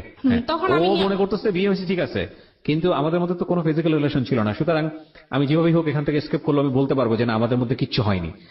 এইটা হচ্ছে আমাদের প্রিমিটিভ থট অফ সোসাইটি, একদম প্রাগৈতিহাসিক আমলের একটা ধারণা। আর যখন এটা হয়ে গেছে, ওর মধ্যে একটা চেঞ্জ আসছে। চেঞ্জটা কি? হ্যাঁ বলেন। হ্যাঁ, তখন আমি ভাবলাম যে মানে চলে গেছিলাম, মানে আমি গেট পর্যন্ত চলে গেছি, উপর থেকে নিচে নেমে গেট পর্যন্ত চলে গেছি। চলে যাওয়ার পর মানে দেখতেছি আমি, মানে আমার হাতে খুব কষ্ট হইতেছে, তো আমি কাঁদতেছি। তখন দাঁড়ান আমাকে জিজ্ঞেস করলো যে ম্যাডাম আপনার কি হয়েছে? আমি বলছি যে না কিছু হয় নাই। বলে যে আপনি কাঁদতেছেন কেন? তো আমি বলছি যে না আমার আসলে একটু শরীরটা খারাপ, হ্যাঁ এই জন্য। তো বলে যে "না, আমি কি আপনাকে বাসা দিয়ে আসবো?" তো আমি বলছি যে না ঠিক আছে। তখন মানে আমার কথা শুনে ওই যে তার বন্ধুর আমার কথা বলে উনি আবার বের হয়ে আসছে। বলে যে কি ব্যাপার ঋতু, তুমি কেন বাইর হয়েছো? তোমার নাকি শরীর খারাপ, তুমি বাইর হয়েছো কেন? চলো চলো তোমাকে বাসায় দিয়ে আসি। তখন উনি আমাকে ধরে ধরে আমাকে রুমে আইনা শোয়াই দিয়ে চলে গেছে। চলে যাওয়ার পর তখন মানে কারো মানে একটা ফোন যে পাবো, মানে কারো কাছ থেকে নিয়ে আমি ফোন করবো, মানে ওরকম একটা ইয়ে নেই। তখন উনি আবার আসছে কিছুক্ষণ পর, বলে যে তুমি কি তোমার কি খিদা লাগবে বা কিছু খাইবে? আমি বলছি যে না আন্টি আমার খিদা লাগা নাই, আপনি আমাকে একটু গরম পানি করে দেন। বলে যে গরম পানি দিয়ে কি করবা? বলে যে আমি একটু বাথরুমে যাবো। পরে উনি আমাকে একটু গরম পানি করে দিচ্ছে, আমি বাথরুমে গিয়ে ফ্রেশ হয়ে আসছি।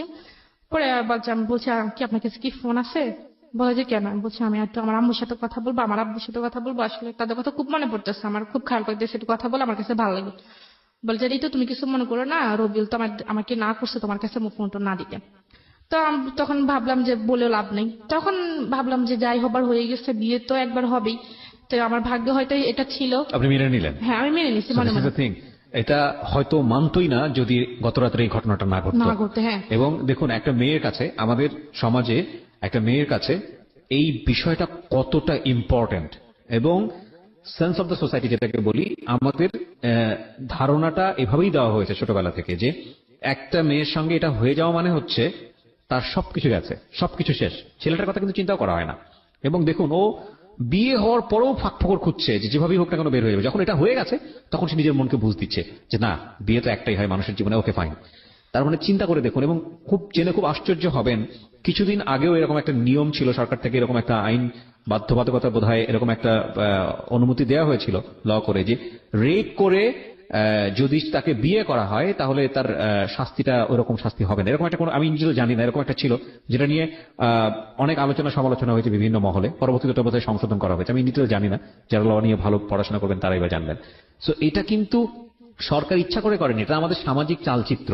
হ্যাঁ, আমাদের সামাজিক চালচিত্র, এবং খুব ভয়ানক রকম ভাবে একটা বিশাল রকম একটা রং কনসেপশন, এবং এই রং কনসেপশনটা যুগের পর যুগ ধরে আমরা আমাদের সামাজিকতায় আমরা লালন পালন করে চলেছি। Very very wrong conception. একটা শারীরিক সম্পর্ককে জীবনে এত বড় কজ হিসেবে দেখা হয়, এত বড় ইম্পর্টেন্ট বিষয় হিসেবে দেখা হয়, যেটা পুরো জীবনটাকে মল্ট করে ফেললে, পুরো জীবনটাকে দুমড়ে মুচড়ে ফেললেও কিছু যায় আসে না, বরং একটা শারীরিক সম্পর্ক হয়ে গেছে, তার মানে ঠিক আছে ওর কাছে আমি ধরা বাঁধা।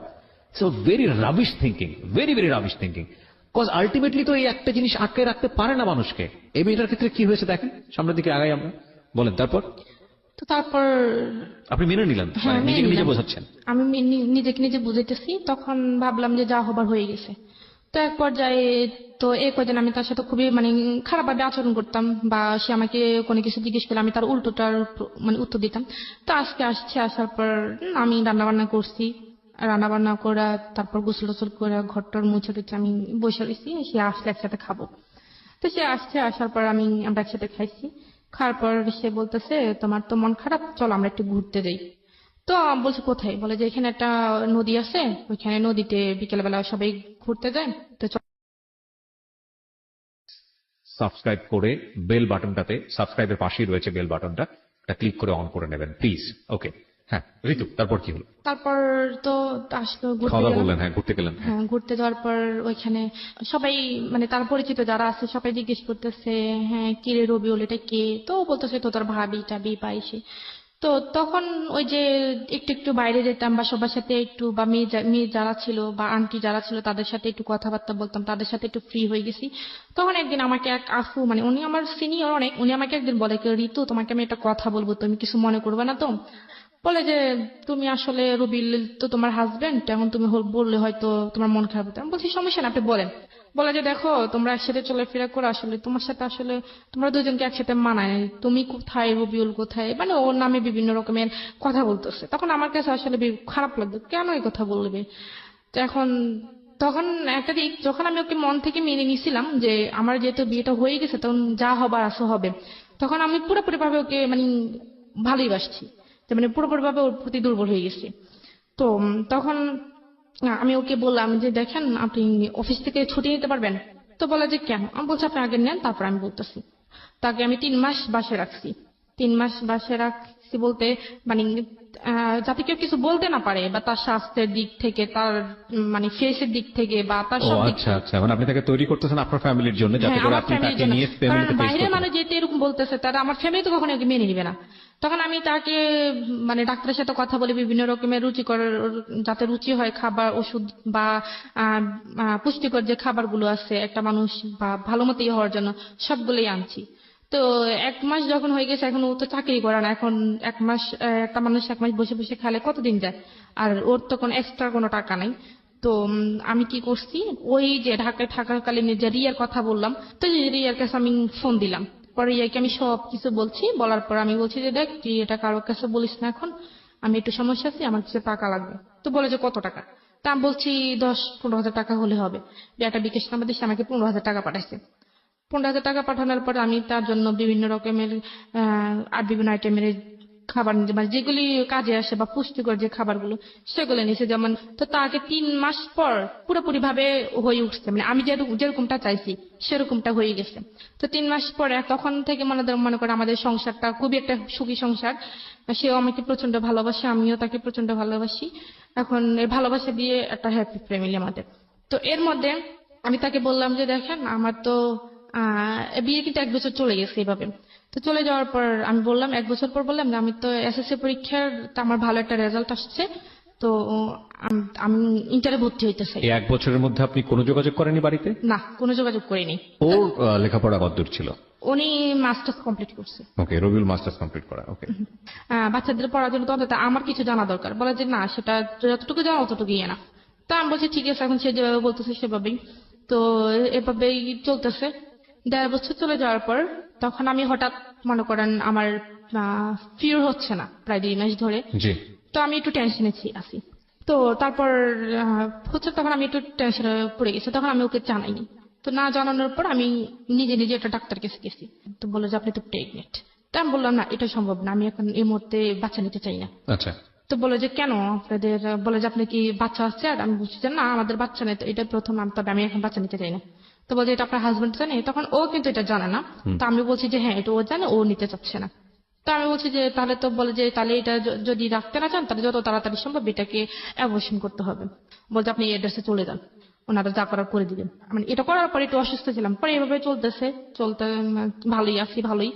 তারপর আমি আবার প্রেগনেন্ট। সেকেন্ড টাইম কনসিভ করলেন? হ্যাঁ, করার পর সেটা আমি তাকে জানাই। প্রথমবারের কথা তো আমি তাকে জানাইনি। দ্বিতীয়বার যখন হয়েছে তখন আমি তাকে জানাইছি। তখন আমার 3 মাস হয়ে গেছে। 3 মাস হয়ে যাওয়ার পর তো বলছে না, আমি তো এখন বাচ্চা চাইতেছি না, কারণ আমি তোমাকে তো এখন আমাদের বাড়িতে নিয়ে যাইনি। এখন যদি বাচ্চা হয়ে যায় তখন মানুষ কি বলবে? আমি এখন বাচ্চা, তুমি যেটা যা করো তাড়াতাড়ি করো। তখন ওই ডাক্তার কাছে আসছি। ডাক্তার কাছে আসছে তো আবার ওই ভাবি আমার বলছে যে একটা হোমিও ডাক্তার আছে, ওইখানে গেলে হোমিও কিছু ওষুধ দিলে ওইটা নাকি হয়ে যাই যায়। হোক, আপনি এটাকে অ্যাবর্শন করেছেন না করেন নাই? না, করিনি। সেকেন্ড টাইমটা কি আপনার বেবি? হ্যাঁ। ওকে, তারপর? হ্যাঁ, তারপর যাই হোক, এটা অনেকবার ইয়ে করছি তো। ট্রাই করছেন অ্যাবর্ট করার জন্য? হ্যাঁ, অনেকবার ট্রাই করছি। ট্রাই করছেন কিন্তু হয়নি? মানে এটা করতে গিয়ে আমি নিজে মরে যেতেছি। তো পরে তারপর যাই হোক এটা হয়ে তখন থেকে সে আমার উপর মানে আমার সাথে খুব খারাপ ব্যবহার করতেছে। তারপরে সে আমাকে বিভিন্ন রকমের মানে এক কথা দুই কথা ভালো কথা বলে সে আমার সাথে খারাপ ব্যবহার করে, আর আমার বাপ মা নিয়ে সে আমাকে গালিগালাজ করে। তো করার পর হঠাৎ করে চেঞ্জটা দেখলেন শুধু এই কনসেপ্টটা করার পরেই? হ্যাঁ, কনসেপ্টটা করার পরে চেঞ্জটা দেখি। তারপর ওই আমরা যে রুমে থাকতাম, যেখানে থাকতাম সেখান থেকে পানিটা নিয়ে যে আনতে হয় সেটা একটু দূরে, ঠিক আছে। তো আমার বেবি যখন 7 মাসের প্রেগনেন্ট আমি, তখন মানে বালতি ভরে ভরে, মানে অনেক বড় বড় বালতি ভরে ভরে ওইখান থেকে পানি আনতে হয়। তো সেটা আমার জন্য খুবই বিপজ্জনক। সব যে দেখে সে বলে যে তুমি এই কাজ করো কেন? মানে সে আমার দিয়ে বিভিন্ন রকমের জামা কাপড় বা তার শার্ট প্যান্ট মানে এগুলো ধোয়াইতো, বা এখন যেগুলো আমার জন্য যেগুলো করা আপনার দরকার করা উচিত না সেগুলো করাইতো। তো আমি এক রকমের করতাম, সব কাজ করতাম। তো করার পর যখন 8 মাস হয়ে গেছে তখন সে আমাকে বলছে যে পরীক্ষা করেছে, মানে মানে পরীক্ষা করলে যে ছেলে হয় না মেয়ে হয় এটা জানার জন্য। তো আমি বলছি তুমি কি হইলে খুশি? বলে যে আমার ছেলে চাই। তখন আমি বললাম যে এটা তো যদি ছেলে না হয়, বলে যে ছেলে না হলে যদি মেয়ে হয় তাহলে মেয়ে হলে মেয়ের বিয়ের টাকা আমি দিতে পারবো না। তখনই সে মানে মেয়ের বিয়ের প্রসঙ্গে কথা উঠেছে যে যখন বিয়ে দিবে তখন মেয়ের বিয়ের টাকা সে দিতে পারবে না, আমার বাবার বাড়ি থেকে দিতে হবে। আর মেয়ে যদি হয়, মেয়ে সুন্দর হতে হইবে, ফুটফুটে হইতে হইব। মেয়ে যদি কালো হয় তাহলে সে মেয়ে কখনো সে রাখবে না, সে পালক দিয়ে দিবে। ছাগল নাকি? সরি ফর দিস ওয়ার্ড, মানে আমি এই ওয়ার্ডটা অনেক উচ্চারণ করাটা ঠিক হচ্ছে না, বাট এটাই আমার এক্সপ্রেশন, ভেরি জেনুইনলি ভিতর থেকে যেটা আসছে, এবং এটা কোনো প্রকার এডিট না হয়ে অনেক জায়গা আমি চাই। ওকে, হ্যাঁ, বলেন। তারপর কি হয়েছে তো আমি গেলাম আমার ওই ভাবিকে নিয়ে গেলাম। তো উনি বলছে যে মেয়ে হবে, তো ডেট দেওয়ার পর বলছে যে মেয়ে হবে। তখন যখন ওকে জানাইছে তখন সে আমার উপর খুব রাগ করছে, মানে আমাকে মানে আমার পারে না, মানে মারবে না ধরবে সে বুঝতে পারতেছে না। তো পরে ও কি, মাস্টার্স পাস ছিল, রাইট? হ্যাঁ এটা তোর জানা উচিত যে ছেলে মেয়ে হওয়ার ব্যাপারটা তো মেয়েদের উপর নির্ভর করে না, তো এটা জানি না সম্পূর্ণই আমি। ছেলেদের উপরে। তবে সে আমাকে তখন সে তখন বলতেছে, যখন শুনছে যে আমার মেয়ে হবে তখন সে আমার বাড়িতে যোগাযোগ আস্তে আস্তে যোগাযোগ করার চেষ্টা করতেছে। তখন সে আমাকে প্রথমে আমার আম্মুর কাছে ফোন দিচ্ছে, তো আমার আম্মু এটা, সে নিজে ফোন দিয়েছে? হ্যাঁ সে নিজে ফোন দিচ্ছে। আচ্ছা। তো ফোন দেওয়ার পর সে বিস্তারিত জানো যে যা হওয়ার হয়ে গেছে, এখন আপনারা মেনে নেন। তখন আমার আম্মু এটা অ্যালাউ করে নাই যে আমার মেয়েকে পাঠিয়ে দাও, তোমার আসার দরকার নেই, আমরা আমার মেয়েকে অ্যাকসেপ্ট করবো, কিন্তু তোমাকে তো আমরা অ্যালাউ করবো না। তখন আসে আমার আব্বুকে ফোন দিচ্ছে। তো আমার আব্বুকে ফোন দিচ্ছে, আমার আব্বুর কাছে সে খুব কান্নাকাটি করছে, আমিও খুব কান্নাকাটি করছি। করার পর আমার আব্বু বলছে ঠিক আছে আমি ব্যবস্থা করতেছি। তো সে বলতেছে দেখেন ঋতু তো মানে ও তো আপনার প্রেগনেন্ট, বা ওর তো বেবি হবে, এখানে তো দেখাশোনার মতো করার মতো কেউ নেই, এখন আমাদের বাড়িতে ওকে নিয়ে যেতে পারি নেই, তো ওকে এখানে কে দেখবে, আপনারা যদি চান তাহলে ও প্রথম বাচ্চাটা আপনাদের এখানে হোক।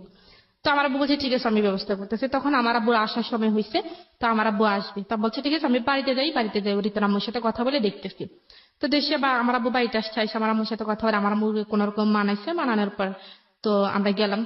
এর আগে এখানে একটা ঘটনা হয়েছে যে আমি যে বললাম না যে একটু দূর থেকে পানি আনতে হয়, তো আমি বললাম যে আমরা এখানে থাকবো, টাকা দিয়ে থাকবো, আমরা তো এখানে মানে টাকা ছাড়া থাকতেছে না, তাহলে তুমি একটা ভালো দেখে একটা রুম নাও যেখানে পানিটা নিয়ে একটু কাছে পাওয়া যায়।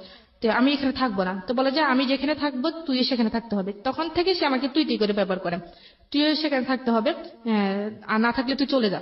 তা আমি বলছি আমি এই অবস্থা কোথায় যাবো। তখন এক কথা দুই কথা আমি বলছি যে মানে একটু বেশি হয়ে গেছে, যে আমি এখানে থাকবোই না, আমি এখানে চলে যাবো, আমি কি এখানে টাকা ছাড়া থাকি নাকি। তখন সে আমাকে অফিস থেকে দুপুরবেলা খাইতে আসছে, তার কোমরে একটা বেল্ট ছিল, সে বেল্ট দিয়ে এই প্রেগনেন্ট অবস্থা আমাকে খুব মারছে, খুব মারছে। কেউ এসে আমাকে ধরে নাই, দরজা বন্ধ করে সে আমাকে খুব মারছে। মারার পর আমি শুয়েছিলাম, তো আমি শুয়ে থেকে উঠতে পারতেছি না। তো ওই ভাবিটা আসছে, আইসা ভাবিটা মানে ওনাকে, উনি ছিল না, রবিউল ছিল না, তো শুধু এই মেয়ে সন্তানকে কেন্দ্র করেই আপনাদের মধ্যে এই ধরনের আচরণ? আচরণ, হ্যাঁ। তখন আমি আমার বেবি হওয়ার এক সপ্তাহ আগে আমাকে বাড়িতে দিয়ে আসছে, দিয়ে আসার পর বাড়িতে যাওয়ার পরে রিয়াকশনটা কি দাঁড়ালো? এতদিন পরে বাড়িতে গেলেন, কয় বছর পরে বাড়িতে গেলেন? এই তো 3 বছরের মাথায় বাড়িতে 3 গেছি। বছরের মাথায় ওই যে আপনাকে কিডন্যাপ করে নিয়ে গেল, এটা তো কিডন্যাপ, অফকোর্স কিডন্যাপ। এবং তারপরে 3 বছর ধরে এইরকম একটা মানুষের হ্যাঁ, সঙ্গে তখন তো থেকে বাড়িতে সবাই আমাকে দেখতে আসছে, মনে করেন বাড়িতে এই গ্রামের বাড়িতে যেটা হয় আর কি, বিশেষ করে তো যা হওয়ার সবাই নানা কথা বলতেছে। যাই হোক পরে ওকে দেখছে, দেখার পর ওনাদের পছন্দ এখন না হলেও মেনে নিতে হবে, কারণ আপনার বাবু চলে আসছে পেটে। বাবু চলে এসছে। হ্যাঁ, তখন আমাদের বাড়িতে যেমন আমরা বৃহস্পতিবারে গেছি, তো উনি শুক্রবারে চলে আসছে, ওনাদের বাড়িতে চলে গেছে। ওনাদের বাড়িতে যাওয়ার পর আমার আব্বু বলছে যে এটা যত তাড়াতাড়ি সম্ভব ওনাদের ফ্যামিলি জানতে, তো ওনাদের ফ্যামিলিকে জানাইছে, জানানোর পর ওনার ফ্যামিলি বলছে ঠিক আছে সমস্যা নেই, আমরা নিয়ে আসবো, বেবি হোক, বেবি হওয়ার পর আমরা বেবি এবং বেবি মাকে দুজনকে একসাথে নিয়ে আসবো। তো আমার আম্মু মানে ও এমন একটা মানুষ যে মনে করেন যদি কাউকে ওর ভালো লাগে তাকে এমন ভাবে সে বশ করবে যে মানে মানে ও চায় যে মানে ও মনে করে যে ওর মানে যেমন আমাকে দ্বারা যদি ওর কোনো উপকার আসে বা ওর কোন কাজে লাগে, যে আমাকে এমন ভাবে বশ করবে যে আমি ওকে ছাড়া কোনো কিছু বুঝবো না, মানে ও এটা কি রবিউল? হ্যাঁ এরকম একটা টাইপের ছিল। তো ও আমার আম্মুর সাথে কথাবার্তা বলতে বলতে ও আমার আম্মুকে মনে করেন খুবই ইমোশনাল করে ফেলছে, যে আমার আম্মু বসতে গেলেও ওকে ঢাকে, মানে শুইতে গেলেও ওকে ডাকে, মানে এরকম একটা অবস্থা। এখন আমি যে ওনার মেয়ে এটা আমার আম্মু ভুলে গেছে। তো পরে কি যাই হবে, তো আমার আম্মাকে বলে গেছে যে বাচ্চা যদিও মানে মানে চেষ্টা করার জন্য যে নর্মালি বাচ্চাটা হওয়ার জন্য, সিজারে যেতে পারছে না। তো সে যাওয়ার সময় আমার আমার আম্মাকে একটা কথা দিয়ে যায় নাই কোনো মানে বা বাচ্চা হলে বা কি আসে বিষয়। তো যেদিন আমার বাচ্চা হওয়ার আগের দিনই মানে আমার বাপের ব্যথা শুরু হয়েছে, সেদিন আমি কি জানাইছি যে দেখো আমার এরকম অবস্থা, তুমি আমি একটু ফোন টোন দিও। তখন আমার বাবু হয়েছে রবিবারে 11টায়, আর ওকে আমি জানাইছি শুক্রবারে। আচ্ছা, শুক্রবার চলে গেছে, রাত গেল, শনিবার দিন গেল, রাত গেল। রবিবারের দিন হয়েছে, শুক্রবারে জানিয়েছেন কেন? রবিবারে কেন জানাননি? মানে শুক্রবারে পরে তো রবিবার হয়েছে, মানে তার আগে বাচ্চাটা রবিবার হয়েছে আগে কবে? শুক্রবারে জানাইছি। বাচ্চাটা কবে হয়েছে? রবিবারে। হ্যাঁ। ও জেনেছে কবে? মানে ও তো মানে আমি বলি আমার যখন মানে বাচ্চা হওয়ার আগে যে ব্যথাটা যেটা হয় আর কি, ওই সময় জানিয়েছেন? হ্যাঁ ওই সময় আমি জানিয়েছি, সেটা শুক্রবার থেকে শুরু হয়েছে। আচ্ছা আচ্ছা। তো এমনি বাচ্চা হওয়ার পরে কেউ সঙ্গে সঙ্গে সে জানছে? হ্যাঁ না, সঙ্গে সঙ্গেই জানছে, যেটা আমাদের বাড়ি থেকে সে জানাইছে। আচ্ছা। কিন্তু সে তার মানে বাচ্চা হওয়ার আগ পর্যন্ত সে আমাকে একটা বার ফোন দিল না যে আমি বেঁচে আছি নাকি মরে গেছি। আচ্ছা। তো আমার ব্যথা দেখে আমার আব্বু খুবই কান্নাকাটি করতেছে, তো আমার আব্বু বলতেছে আমার মেয়েকে আমি এভাবে রাখবো না, আমি এটাকে হাসপাতালে নিয়ে চলে যাবো। তখন সে আমাকে হাসপাতালে নিয়ে সিজার করেছিল। তো সিজার আমার বেবিটা হয়। তো বেবিটা হওয়ার পর আমার বেবি মাশাআল্লাহ খুবই সুন্দর হয়েছিল। তো হওয়ার পর আমার আব্বা জানাইছিল ওনারে যে তোমার মেয়ে হয়েছে। তা ও আমার আব্বাকে বলে যে মেয়ে কালো হয়েছে না সুন্দর হয়েছে। প্রথম কোশ্চেন ছিল এটা। হ্যাঁ, মানে মেয়ের মা সুস্থ আছে বা মেয়ে সুস্থ আছে কিনা সেটা জানতে চাইনি, সে প্রথমে জানাইছে মেয়ে কালো হয়েছে না সুন্দর হয়েছে। তখন আমার আব্বু এখানে একটা মানে রেগে গেছে যে এটা কেমন কথা, যে মেয়ে কালো হয়েছে না সুন্দর হয়েছে। তখন আমার আব্বু ওর সাথে মানে রাগ করে 2-3 কথা বলে না। তখন আমার সাথে যোগাযোগ হয়েছে, সে আমার সাথে কথা বলে না। আমি তো হাসপাতালে ছিলাম। তো তখন কোরবানি ঈদের 5 দিন আগে আমার মেয়ে হয়েছে। তো কোরবানি ঈদের ছুটি হয়েছে, ছুটি হওয়ার পর মনে করেন সে ছুটি পাইছে। তো ছুটি মানে কোরবানি ঈদের মেয়ে হওয়ার 2 দিন পর সে বাড়িতে আসছে। আচ্ছা, বাড়িতে আসার পর সে আমার মেয়েকে একবার দেখতে আসেনি, মানে সে বাড়িতে চলে গেছে। তো আমি তাকে বারবার ফোন দিই যে মেয়েকে দেখতে আসার জন্য, দেখে আসার জন্য। তো সে বলে যে না আমি একবার ঈদের পরে গিয়ে মেয়েকে দেখে আসবো। তো আমি বলছি মানুষ মেয়ের মানে বাচ্চা হইলে বা বাবু হইলে মানুষ সঙ্গে সঙ্গে তার মেয়েকে আগে দেখতে আসে, বা ছেলে হোক মেয়ে হোক যেটাই হোক আগে দেখতে আসে, কিন্তু তুমি তো আসলা না। বলে যে আমার যদি আমি কেন যাইনি তুই জানোস? আমি কি কেন? বলে যে আমার যদি ছেলে হইতো না আমি গরু জবাই করে সবাইকে নিয়ে ফুর্তি করতাম, কিন্তু মেয়ে হয় না দেখে আমি মেয়েকে দেখতে জানি। সে আমাকে ডিরেক্টলি ভাবে বলছে। তো বলার পর আমি তখন খুব কানাকাটি করছি। তো আমি কেমন কথা এটা আবার?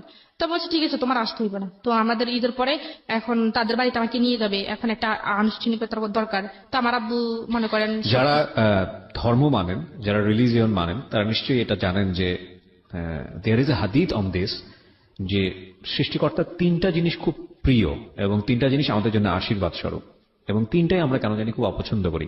1 নম্বর হচ্ছে তিনি যাকে খুব পছন্দ করেন তিনি তাকে কন্যা সন্তান দান করেন, আলহামদুলিল্লাহ। সেকেন্ড সেটা হচ্ছে তিনি খুশি হলে বৃষ্টি দেন, বৃষ্টিও আমরা অপছন্দ করি। এবং তিনি যদি কারোর উপর খুশি হন তো সেই বাড়িতে তিনি মেহমান পাঠান। এটা একটা হাদিস। এবং দুর্ভাগ্যজনক ভাবে হলেও সত্য, আমরা মেয়ে সন্তান হলে অখুশি হই। সবাই হন না অফকোর্স, কেউ কেউ শুধু মেয়ে সন্তানই চান, এরকম বাবাও আছেন দুনিয়াতে, এরকম পরিবারও আছেন। কিন্তু বেশিরভাগের সিনারিওটাই বোধহয় এরকম কষ্টকর। শুধু এটা তো কিছুই না, এরকম হয় যে সন্তান হয়েছে মেয়ে, তাকে ছুঁড়ে ফেলা হয়েছে। এই যুগেও আমরা বসবাস করি। ইনফ্যাক্ট আমরা গল্পটা একটু সামনের দিকে আগায় নিতে চাই। হ্যাঁ বলেন, তারপর?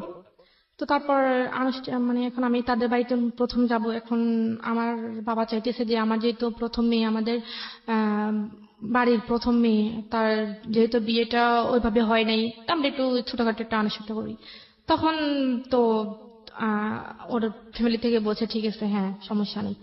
তো ওর যে মানে প্রথম যে আমাদের বাড়িতে আসছে মেয়ে দেখার জন্য, আমার মেয়েকে দেখার জন্য, তো সেখানে আমার মানে দাদিরা ছিল বা নানুরা ছিল। তো বলছে যে মানে মেয়েকে যখন কোলে নিছিল তখন বলছে যে মানে দাদিরা বলতেছে যে মেয়েকে কোলে নেওয়ার আগে মেয়ের হাতে কিছু দিতে হয়। তো সে বলতেছে আমার কাছে তো কিছু নাই। সে সবার সামনে বলতেছে। আমি বলছি তোমার কাছে 10 টাকাও নাই? বলে যে না আমার কাছে 10 টাকাও নেই। তখন আমি তাকে ইশারায় তার পকেটের মধ্যে 1000 টাকার একটা নোট দিয়ে দিছি।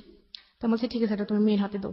তো সে মেয়ের হাতে এটা দিচ্ছে। দেওয়ার পর তো খাওয়া দাওয়া করে সেই টাকাটা মানে নিয়ে বাবা চলে হয়ে কিছু দিতে হয়? হ্যাঁ, আচ্ছা, এটা মানে এটা নিয়ম আছে। আমাদের মানে দাদিরা বলে আর আর কি। আপনাদের কাস্টম সেটা না, আপনাদের নিয়ম এটা? Okay. হ্যাঁ, যে বাবা মানে প্রথম বছর মুখ দেখার জন্য একটু কিছু দিয়ে দেখতে হয়। আচ্ছা আচ্ছা।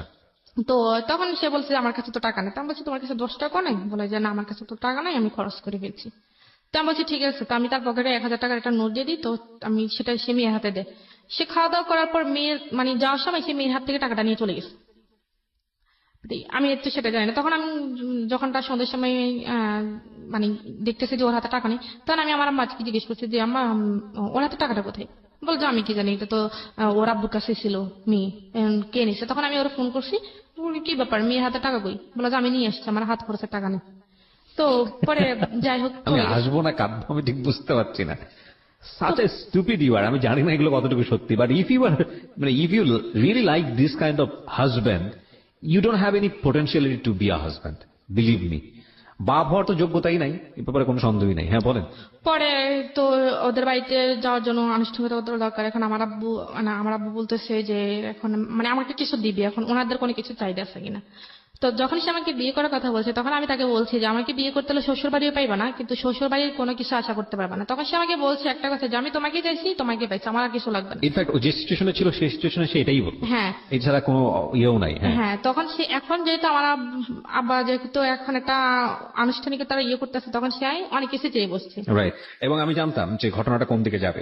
আমরা সেজন্যই বলি প্রিয় শ্রোতা যে জীবন নাটকের চেয়েও নাটকীয়। আমি চিন্তাও করতে পারি নাই যে যে ছেলেটার সঙ্গে ও শুধু ভোকালটা ভাল লাগে, কথাটা ভাল লাগে, সে কারণে সে ছেলেটার সঙ্গে কথা বলবে এবং ছেলেটা তাকে ব্ল্যাকমেইল করে এত বড় একটা ঘটনা তার জীবনে ঘটিয়ে দেবে। এবং ঘটনা শুধু ঘটায়নি, এই ছেলে এখন তার বাড়ির মধ্যে ঢুকেছে এবং ঢোকানোর পরে সে তার আসল রূপ বের করছে। This is actually life, cause we can't predict যে আজকের পরে কালকের দিনটা আমার জন্য কি, বা 1 ঘন্টা পরে আসলে কি, 1 ঘন্টা পরে আমি আমির থেকে ফকির হয়ে যেতে পারি, বা ফকির থেকে আমির হয়ে যেতে পারি। This is actually life. কিন্তু এইটাই আসলে জীবনের ধারাপাত। কখনোই অনুমান করা যায় না যে একটা বাঘ থেকে আরেকটা বাঘ কিরকম। এবং সেজন্যই আমরা সবসময় বলি যে জীবন নাটকের চেয়ে অনেক অনেক বেশি নাটকীয়। আমরা আরো তারপর সেই এখন বলতেছে যে আমার, যৌতুক যেটাকে বলে। হ্যাঁ যৌতুক যেটাকে বলে, তো তারা একটা ঘর দিছে, অনেক বড় একটা ঘর দিছে, সেটার 4টা রুম। তো তাদের রুমে করে গেছে না এখন, মানে বলতেছে যে ফার্নিচার লাগবে তাদেরকে এক ঘরের পানিতে দিতে হবে, এক ঘরে। হ্যাঁ, এক ঘরের পানিতে দিতে হবে। তো আমার আব্বু সেটার মানে রাজি ছিল, যে তো ওরা প্রথম মেয়ে তো যা চাইবে তাই দিবে। এখন ফ্রিজ থেকে শুরু করে সোফা থেকে শুরু করে এভরিথিং যত কিছু আছে সম্পূর্ণ কিছু দিছে। তো এরপরে ওর আব্বা মা বলছে যে মেয়ে যখন শ্বশুর বাড়ি থেকে বাপের বাড়িতে আসবে বা বাপের বাড়ি থেকে শ্বশুর বাড়ি আসবে তখন বলবে যে মেয়ের সাথে কিছু নেই, বা সোনা দানার ব্যাপারে যেটা বলছে। তো আমার বাবা কি করছে, আমাকে প্রায় 5.5 ভরি স্বর্ণ দিছে, এক বড় ফার্নিচার দিচ্ছে, বা 7.5 ভরি স্বর্ণ দিচ্ছে। এবার ওদের ওদের পক্ষ থেকে মনে করেন, আচ্ছা, এই পুরুষগুলোর কি লজ্জা করে না? আমাকে একটা একটা কথা বলেন তো, আপনারা তো আল্লাহ হাত দিছে দুইটা, দুইটা পা দিছে, যেই ভদ্র মহিলাকে আপনি এত এত জোর জবরদস্তি করে ব্ল্যাকমেইল করে চোখে মলম মেখে নিয়ে গেলেন, 2-3 বছর কোথাও আসতে দিলেন না, বাবু আসতেছে আপনার, এবং যেখানে ছেলে হবে না মেয়ে হবে আল্লাহ আপনার উপরে সেটা নির্ধারণ করার বিষয় দিয়ে দিয়েছেন, এবং সেটা সম্পূর্ণই ছেলেদের শরীরগত বিষয়, ক্রোমোজোমের যে বিষয়টা থাকে সবাই জানে আজকাল XY XX।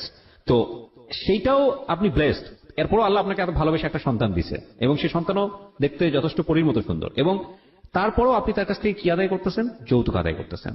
এটা আসলে আমি বলবো কি জানেন, আপনার বাপের ভুল। মানে টু বি অনেস্ট, আমি যদি ফ্র্যাঙ্কলি বলি, সেটাই। আমি যদি ওই জায়গায় চিন্তা করি তাহলে আমি যেটা করতাম যে ধৈরার ঠ্যাং ভাঙ্গা গুড়া করে দিতাম। মানে এগুলো হচ্ছে আমার একদম ওয়াইল্ড ফিলিং যেটাকে এখন বলে। মানে যে অবস্থাতে সবাই বলে, মানে শুনে বলে যে, আমি জানি এখানকার অবস্থা জানি, আমি একটু ক্রোনোলজিক্যাল স্টেপ বাই তারপর স্টেপ মনে করেন তো দিল, যা কিছু আছে সব দিল। তারপর সে আর মানে প্রাইভেট চাকরি করবে না, তার ভালো লাগে না, সে একটা সরকারি চাকরি করবে। এটাও আপনার বাপকে জোগাড় করে দিতে হবে। হ্যাঁ, তো আমার আব্বু এখন সরকারি চাকরি করতে গেলে একটা একটা মোটা অ্যামাউন্ট দরকার। তা আমার বাবার একটা ভালো বন্ধু ছিল, উনি একটা সোনালী ব্যাংকের একটা পোস্টের কর্মকর্তা ছিল। তো ওনাকে বলছে, বলার পর ওইখানে 3 লক্ষ টাকা ঘুষ দিতে হইব। তো 3 লক্ষ টাকা ঘুষ দিতে হবে। আমার আব্বা তার ওনাকে ডিরেক্টলি বলতে পারে না, এখন আমার কাছে বলছে, আমার কাছে বলে না, আমার আম্মার কাছে বলছে, আমার আম্মা আমার কাছে বলছে। তো আমি ওর কাছে বলছি, ও বলে যে তোমার আব্বারা বলো এখন একটু ম্যানেজ করে দিতে, আমি পরে দিয়ে দিব। তা আমি বলছি যে দেখেন আপনাদের জামাইয়ের কাছে তো এখন টাকা পয়সা নেই, আপনি একটু ম্যানেজ করে দেন, ওর হাতে টাকা হলে দিয়ে দেবে। তারপর আমার আব্বা দিল। তারপর ওই টাকাটা কখনোই সে ফেরত দেয় নাই, তাকে একটা চাকরি পাইয়ে দিচ্ছে, সে টাকাটা আর কখনোই সে ফেরত দেয় নাই। ফেরত না দেওয়ার পরে এইভাবে চলে গেছে। এখন বাচ্চারা যখন ছোট থাকে তখন তো একটু চিল্লাচিল্লি করে রাত্রের বেলা ঘুমানোর জন্য। তো তখন শীতের দিন, তো মেয়েটা রাত্রেবেলা মানে হঠাৎ ঘুম থেকে উঠছে, উঠে মনে করেন কানাকাটি করতেছে। তখন সে আমাকে বলতেছে যে বাইরে থেকে একটা বালতি পানি নিয়ে আসা, আইনা মেয়েরে বালতির ভিতরে ডুবিয়ে রাখো, সকালবেলা উঠিও। মানে তো চিল্লাচিল্লি করতেছে কেন, তার চিল্লাচিল্লি করবে না। তেমন তুমি কি পাগল হয়ে গেছো? ও এতটুকু একটা বাচ্চা কি বোঝে? তুমি কি জানি কিসের মধ্যে চুবাই রাখতে বলতেছে? হ্যাঁ পানির মধ্যে চুবাই রাখতে বলতেছে? হ্যাঁ, শীতের দিনে এক বালতি পানি আই না, পানির ভিতর ওরে চুবাই রাখতে, আর সকালবেলা উঠাইতে। ও চিল্লাচিল্লি করে কেন? তারপর তখন আমি খুব কানাকাটি করছি, তখন আমি ওরে নিয়ে বাইর হয়ে গেছি রাত্রেবেলা। বাইর হয়ে গিয়ে আমি বারান্দার মধ্যে এসে সারা রাত কাটাইছি। কাটার পর তখন সে আবার তাদের বাড়িতে গেলাম। যাওয়ার পর মনে করেন তার বাবা মা 4টা ভাই, অনেক বড় একটা সংসার। আমি কখনো ভাত রান্না করি নাই, তাদের বাড়িতে গিয়ে সম্পূর্ণ কাজ করতেছে। তারা গরু পালেন, ধান করে, সবকিছু করছে। তার বাবা কখনোই মানে কাজের মানুষ রাখে না, সবগুলো বউদের দিয়ে করায়? বউদের দিয়ে করে। আমি প্রথম, সে বড় সবার। আচ্ছা। তো আমাকে সম্পূর্ণ কাজ করতে হয়, 3 বেলা রান্না করতে হয়, ভাত রান্না করতে হয়, 1 বেলা নাস্তা বানাইতে হয়, সবকিছু আমাকে করতে হয়, আমার মেয়েকে সামলাইতে হয়। সে পক্ষে মানে তাকে মানে এগুলো তো কিছুই করতেন না, এখন রীতিমতো সমুদ্রে গিয়ে পড়ছেন। হ্যাঁ সমুদ্রে পড়ছি। তো যাই হোক কানাকাটি করতাম। তখন আমি মানে কাউকে কোনো কিছু বলতে পারতাম না। এখন কাউকে কোনো কিছু বলতে গেলে বলবে যে তোমার পছন্দ মতো করছে। আসলে পছন্দটা কি আমার ছিল না, ঘটনাটা অন্য কিছু ছিল, এটা তো আসলে এখন কেউ বললে বিশ্বাস করবে না। তো যাই হোক কষ্ট মানে মানিয়ে নিতাম। তখন আমি তাকে বলছি যে আমি এখানে থাকতে পারবো না, এত কাজ আমার দ্বারা সম্ভব না, একটা মানুষ রাখুক। আমি তো বলছি যে আমি করবো না, একটা মানুষ রাখুক, তো আমার জন্য একটু হেল্প হয়। তো বলছি ঠিক আছে, আমি তোমাকে আমার সাথে নিয়ে যাবো। তো আমি ওর সাথে আমার নিয়ে যাইবো। নিয়ে যাওয়ার পর ও তখন সিলেট হবিগঞ্জ গেছে। তো আমার মেয়েকে আমি সাথে নিতে পারবো না। তখন আমার মেয়ের বয়স 3 মাস। আমার মেয়েকে আমি সাথে নিতে পারবো না। তো আমার মেয়েকে আমি কার কাছে রেখে দেবো? বলে তো তোমার বোনের কাছে রেখে দাও। আমার বোন তখন ক্লাস 8-এ পড়ে। বলে যে তোমার বোনের কাছে রেখে দাও। আমি বলছি না, এতটুকু বাচ্চা আমার বুকে দুধ খায়, এখন ও কিভাবে থাকবে? বলে যে আমি তো কথা জানি না, তুমি যদি বাচ্চা নাও আমি তোমার কি নিতে পারবো না, এখানে তুমি কাজ করো, যাই করে মরো বাসো, এখানে থাকতেই। তখন আমি আমার আমার সাথে কথা বলছি। আমার আমাকে তোর বোন যদি তোরা রাখতে পারে তো মেরে তো তুই দিয়ে যা। তখন আমার বোনের সাথে কথা বলছি। তো আমার বোন বলছে জাফু আমি এতটুকু বাচ্চা কিভাবে সামলাবো, ও ওর মাকে খুঁজবে। পর আমি বোন তুই একটু কষ্ট করে রাখ, 2-1 দিন হইলে ও ঠিক হয়ে যাবো। তখন ওকে কোলে নিত না, আদর করতো না আপনার? কিচ্ছু করতো না, কোলে নিত না। মানে মানে ওকে সহ্য করতে পারতো না। বললাম ও চিলে করলে এরকম কথা বলতো, আর ওকে কোলেও নিত কি না। মানুষ! তারপর আমি তাকে রেখে গেছি, আমার বোনের কাছে রেখে গেছি। দুধ টুধ মানে যা লাগে কিনে টিনে দিয়ে গেছি। দেওয়ার পর আমি চলে গেছি। তখন মনে করেন এখন ও আমার বুকে দুধ খায়। এখন আমার অবস্থা তো খুবই খারাপ। এখন আমি সারাদিন রাত 24 ঘন্টা কাঁদতেছি আমার মেয়ের জন্য। যদি কানাকাটি করি বলে মানে খুব মারে মানে। দাঁড়ান, আমি একটু আপনার মেয়ের ব্যাপারটা একটু জানতে চাই। আপনার মেয়ে কি আপনার কাছ থেকে যথেষ্ট পরিমাণ ফিড পেতো, মানে পেতো না? না, আমার মেয়ে আমার কাছে ছিলই না। তাহলে ও খাবারটা পেতো কোত্থেকে? ওকে কি ওকে দিতেন? আলগা খাওয়াইতো একটু। আলগা খাবারটা কোত্থেকে পেতো? কি এটা দিতেন? গরুর দুধ? গরুর দুধ, সুজি এরকম। তো গরুর দুধ সুজি তো ওই বয়সের জন্য উপযুক্ত না, এটা একটু এখন ভালো কি খাবার। করবো? এখন তো ওর বাবা সেটা কিনে দিত না? না, আমার মানে আমাদের কাছে থাকাকালীন সম্পর্ক থাকাকালীন আমার মনে হয়নি কখনো আমার মেয়েকে একটা মানে জামা কিনে দিচ্ছে। সম্পূর্ণ কিছু আমার বাবা দিচ্ছে। সম্পূর্ণ আমার কষ্ট করছে, আমার কষ্ট আপনি ওর বাড়িতে থাকতেন, তারপর আপনার বাবা দিত? আমার বাবা পাঠাইতো। আচ্ছা। তারপর তখন আমার মেয়েকে আমি রেখে গেছি। রেখে যাওয়ার পর আমার বোন আমাকে রাত্রেবেলা রাত 3টার সময় ফোন দিয়ে বলে আপনার কাবিন নামে কত যেন ছিল দেনমোহর? 9 লাখ টাকা। 9,61,000 টাকা। এই কাবিন নামাটা কি আপনার কাছে ছিল? না, আমি তো কাবিন নামা দেখিনি কখনো, ও আমাকে দেখাইনি। Okay fine. মানে আরো কত কি বের হবে, এই জন্যই বলি জীবন নাটকের চেয়ে নাটকীয়। হ্যাঁ বলেন। তারপর আমার বোন আমাকে ফোন দিয়েছে। ফোন দেওয়ার পর বলতেছে আপু ও তো খুব কান্নাকাটি করতেছে, তোরে খুঁজতেছে। মানে ও তখন মানে কয় আমার মেয়ের কান্নাকাটি মানে শুনে আমার মা সহ্য করতে না পারে, আমার মা আমার নানুদের বাড়িতে চলে গেছে। যে একটা বাচ্চা মানুষ কান্দলে এমনিতে মানুষের খারাপ লাগে, আর ও তো একটা বাচ্চা, ওর মা নাই কাছে। তখন রাত 3টার সময় আমার বোনে কি করতো, আমার বোন দীর্ঘ 1.5 মাস কোনো ঘুম নাই। সারা দিনের বেলা যখন যেভাবে মানে পারতো কাটাইতো, রাত্রেবেলা তো ওর মানে এখন রাত্রেবেলা বাচ্চারা তো এমনিতে মাকে খোঁজে। রাতের বেলা কি করতো, উঠানের মধ্যে সারা উঠান হাঁটতে হাঁটতে তো ও কাঁদতে মনে করেন ঘুমাই যেত। ঘুমানোর পর মনে করেন অনেক সময় কি করে নিঃশ্বাস বন্ধ যেত, এরকম একটা অবস্থা। তারপর আমি ওকে এইভাবে বলার পর ও আমাকে মানে কখনোই ওকে কাছে যাইতে দেয়নি, বলে যে ও ঠিক হয়ে যাবে, বাচ্চা মানুষ এরকম 1-2 মাস থাকলে পরে ঠিক হয়ে যাবে। কারণ আমার বোন মানে আমার মেয়ের মানে প্রতিদান মানে আমার মেয়ের ঋণ আমি কখনোই শোধ করতে পারবো না। আমার বোনের ঋণ, আমার বোন আমার মানে মেয়ের জন্য যতটুকু করছে। আপনার ছোট বোন? হ্যাঁ, আমার ছোট বোন। আপনার ছোট বোন কি আপনার শ্বশুর বাড়ি গিয়ে থাকতো? না, মানে আমাদের বাড়িতে রেখে গেছি। আচ্ছা। আমার বাবা মা তো আজ পর্যন্ত আমার শ্বশুর বাড়ি কি জিনিস দেখেনি। আচ্ছা ঠিক আছে। তো আপনার ছোট বোনই ওকে পালতো নিজের হ্যাঁ। মায়ের মতো আদর দিয়ে? হ্যাঁ, আদর কেন দিয়ে। রেখে গেলেন আপনার বাড়িতে এত লোকজন, আপনার শ্বশুর বাড়িতে? হ্যাঁ, ওখানে গেলাম, এখনো কাজকর্ম, এখন আমি তো এত কাজ করতে পারতেছি না। তো আর শাশুড়ি বা অন্য কেউ দেখেন এই মেয়েটাকে? কেউ দেখে না, মানে সারাদিন ওনাদের বাড়িতে থাকার পর খাট থেকে 2 দিন পড়েও গেছেন। মানে আমি সারাদিন কাজ করতাম, এখন কাজ করে তো কাজ শেষ করতে পারতাম না, এখন মেয়েকে সময় দেবো কিভাবে? তখন এটা ওকে দেওয়ার পর আমার আম্মারা বলছি, আমার আম্মা বুঝেছার পর ও আমার সাথে আমার নিয়ে গেল। তখন মেয়েকে নিবে না ও, কারণ ও মেয়েকে নিলে ওরা তো ঘুমাইতে পারে না। তখন আমি মেয়েরা রেখে গেছি। রেখে যাওয়ার পর আমার মেয়েকে আমার বোনেরা পালছে টালছে প্রায় 6 মাস। আমার মেয়ের সাথে আমার কোনো রকম দেখা হয়নি। 6 মাস পর আমি আমার বাড়িতে আসছি। আসার পরে মনে করেন মেয়েটি আমার কাছে রাখছি। তখন এই 6 মাসে তো মেয়েটি একটু শিখে, এখন মেয়ে আমাকে চেনে না। যখন আমি বাড়িতে আসছি তখন আমি আমাকে চিনে না। এই সময়টাতে এত মানে খুব খুব ট্রেমেন্ডাসলি ওদের মধ্যে চেঞ্জটা হয়। বিকজ আমি তো রিসেন্টলি বাবা হয়েছি, সো আমি নিজেও আমারও একটা মেয়ে আছে, আমার মাত্র 3 থেকে 3.5 মাস বয়স। 1-2 দিন আমার মেয়ের সাথে আমার কমিউনিকেশনটা খুব মানে গ্যাপ হয়ে যায়, কারণ আমি খুব ভোর 5টায় বের হই বাসাতে। মানে আমি খুব নস্টালজিক। আপনি যখন কথাগুলো বলতেছিলেন না, আপনার হাজবেন্ডের চেহারা আমার সামনে ভাসতেছিল। আমার মনে হচ্ছিল আমি কাছে পাই আমি ওকে পেটাবো, বিকজ আমার ভেতরের ফিলটা আমি বুঝতে পারতেছি। আমি সরি টু সে যদি আপনার কথাগুলো সত্যি হয়ে থাকে, he is really not good man. আমি আপনাকে বলতেছি রেডিওতে লাখ লাখ মানুষ শুনতেছে, আপনার মানুষ হওয়ার যোগ্যতা নাই। মানে আপনি আপনার স্ত্রীর প্রতি যেটা করেছেন সেটা তো একটা ভয়াবহতম অন্যায় যদি সত্যি হয়ে থাকে। কজ আমরা দুইজনকে সামনাসামনি বসাইনি। আর আপনার স্ত্রী যেটা বলছে আপনার সন্তানকে নিয়ে, মানে এটা সহ্য করার মতো না। যেটা বলছিলাম যে আসলে ভোর 5টার সময় বের হই, ফিরি হচ্ছে রাত 8টা-9টার সময়। তো এই সময় আমার দেখা যায় আমার মেয়ের সঙ্গে আমার ভিডিও কলে কথা হচ্ছে বা কথা, আমার লাইফের স্টাইলটাই এরকম। ইন্টারেস্টিং ফ্যাক্ট হচ্ছে যে সারাদিন পরে বাসায় গেলেও আমাদেরকে তাকায় থেকে চেনে না ঠিক মতো। এই সময়টাতে খুব র্যাপিডলি এই ব্রেনের এই বিষয়গুলো খুব মুভ করে এবং 6 মাস পরে যদি মা আসল মা যদি বাচ্চার কাছে যায় তো স্বাভাবিকভাবেই তাকে চিনবে না, এবং এটা মার জন্য খুব কষ্টকর, খুবই কষ্টকর। হ্যাঁ বলুন তারপর। তাও আমি আমাদের বাড়িতে গেছি, তখন মেয়েকে আমি আমার কোলে আনতে চাই, মেয়ে আমার কোলে আসতে খুব ছেলে কান্নাকাটি করে। আমার বোনের কোলে গেলে আবার খুবই ভালো, একবারে হাসি খুশি। আমার কোলে আসতে চায় না সে, আমার কোলে আসলে সে খুবই কান্নাকাটি করে, আমাকে দেখতেই পারে না। তখন আমি ওকে বলতেছি যে, দেখো তোমার কারণে তো আমার আজকে এই অবস্থা। আমার নিজের মেয়ে আমাকে চিনতেছে না, বলে যে চিনবে একটু কয়েকদিন থাকলে তারপর চিনবে। তো বলে আমি বলছি যে না। তারপর আমি দীর্ঘ 1 মাস ছিলাম, বাট মেয়ে আমাকে কোনোভাবে চিনে না, আমাকে দেখলে মেয়ে চিল্লাচিল্লি করে, এরকম একটা অবস্থা। তো তারপরে যাই হোক, কোন রকম প্রায় এরকম 5-6 মাস আমাদের বাড়িতে ছিলাম, থাকার পরে আস্তে আস্তে মেয়ে আমাকে চিনলো। আপনার বোনকে কি মা ডাকতো নাকি? হ্যাঁ, আমাকে মা ডাকতো না, ও আমার বোনকে আম্মু করে ডাকতো। আম্মু ডাকতো না, মাম্মা ডাকতো। তো পরে এখন আমার বোন অবিবাহিত, এখন অপরিচিত একটা কেউ যদি আসে এরকম অবস্থা দেখে যে আমার বোনকে মারা গেছে, এটা অবশ্যই স্বাভাবিক। স্বাভাবিকভাবে অন্যরকম একটা প্রেডিক্ট করবে। হ্যাঁ, বলবে যে মেয়ের বিয়ে হয়ে গেছে বা মেয়ে বাচ্চা যাচ্ছে। তারপরে আমার বোন আবার একটা সমস্যা পড়ে গেছে কি, ওরে ছাড়া কোথাও যাইতে পারতো না, আমার মাকে এত ইয়ে করতো না। ও কিছু ওকে ছাড়া কোথাও যেত, ও যখন আমার বোন আবার মাদ্রাসায় পড়ে, মাদ্রাসায় যাইতে পারতো না, বুকরা গায়ে দিলে চিলেচিলি শুরু করতো, বুকরা ছাপটাই ধরে রাখতো, যাইতে দিত না।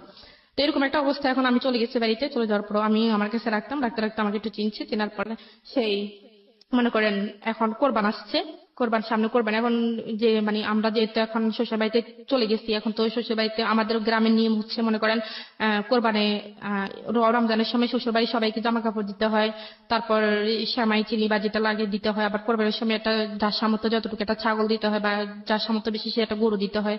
তার সাথে সব রকমের মশলা 5 কেজি 5 কেজি তেল, এরকম যাবতীয় সবকিছু দিতে হয়। তো এখন কোরবান আসতে আরো 15 দিন বাকি। তো আসলে আমার শ্বশুর বাড়ির লোক 15 দিন আর অপেক্ষা করতে পারেনি যে আসলে ওরা দিবে কি দিবে না। তো আমার কি জানি কি, আমার মেয়েকে আমাকে বলতে পারে না, দেখলে আমার মেয়েকে বলতেছে, আমার মেয়ের নাম হচ্ছে হাবিবা। তো বলতেছে, হাবিবা তোর নানুদের মনে এবছর টাকা পয়সা নাই, তো নানুরা এবছর তো দাদুদেরকে কিছু দিতে পারবে না। এটা কি নিয়ম নাকি? হ্যাঁ, এটা আমাদের এদিকে নিয়ম, কালচার, হচ্ছে নানুর বাড়ি থেকে দাদুর বাড়িতে আসতে হবে। হ্যাঁ, কেন দাদুর বাড়ি থেকে নানুর বাড়িতে যেতে পারে না? না না। সব বোগাস নিয়ম। হ্যাঁ। পরে যাই হোক, এখন আমি আমার আম্মাকে বলছি, তো আমার আম্মা বলতেছে ওনারা বুঝে একটু অপেক্ষা করতে পারে না। তখন আমার আম্মা, সমাজটাও না কেমন জানি, মেয়ে জন্ম দিয়ে ও রীতিমতো পাপ করে ফেলেছে, প্রত্যেকটা অ্যাঙ্গেলে বৈষম্য, সবকিছু মেয়ের বাড়ি থেকেই যেতে হবে। স্টুপিড। তারপর আমার আম্মা তারপরের দিনই আমার কাকাকে দিয়ে, তখন আপু ছিল না, আমার কাকাকে দিয়েই সবকিছু কেনাকাটা করে পাঠায় দিছে। পাঠায় দেওয়ার পর তো এখন কোরবানি ঈদে, এখন একটা বিয়ের অনুষ্ঠানে এত মানুষ জানো, কোরবানি ঈদে আমার শ্বশুর বাড়িতে দাওয়াত দিছে। তো আমার শ্বশুর বাড়িতে বলতেছে আমরা শুধু আমাদের আত্মীয় স্বজন, আমরা কি একা একা যাবো নাকি, আমরা যদি যাই আমাদের আত্মীয় স্বজন কি বলবে। তো আমার আম্মা বললো যে ঠিক আছে, আপনাদের আত্মীয় স্বজন যেহেতু আছে, আপনারা দেখেন কয়জন হয়, তো আসেন।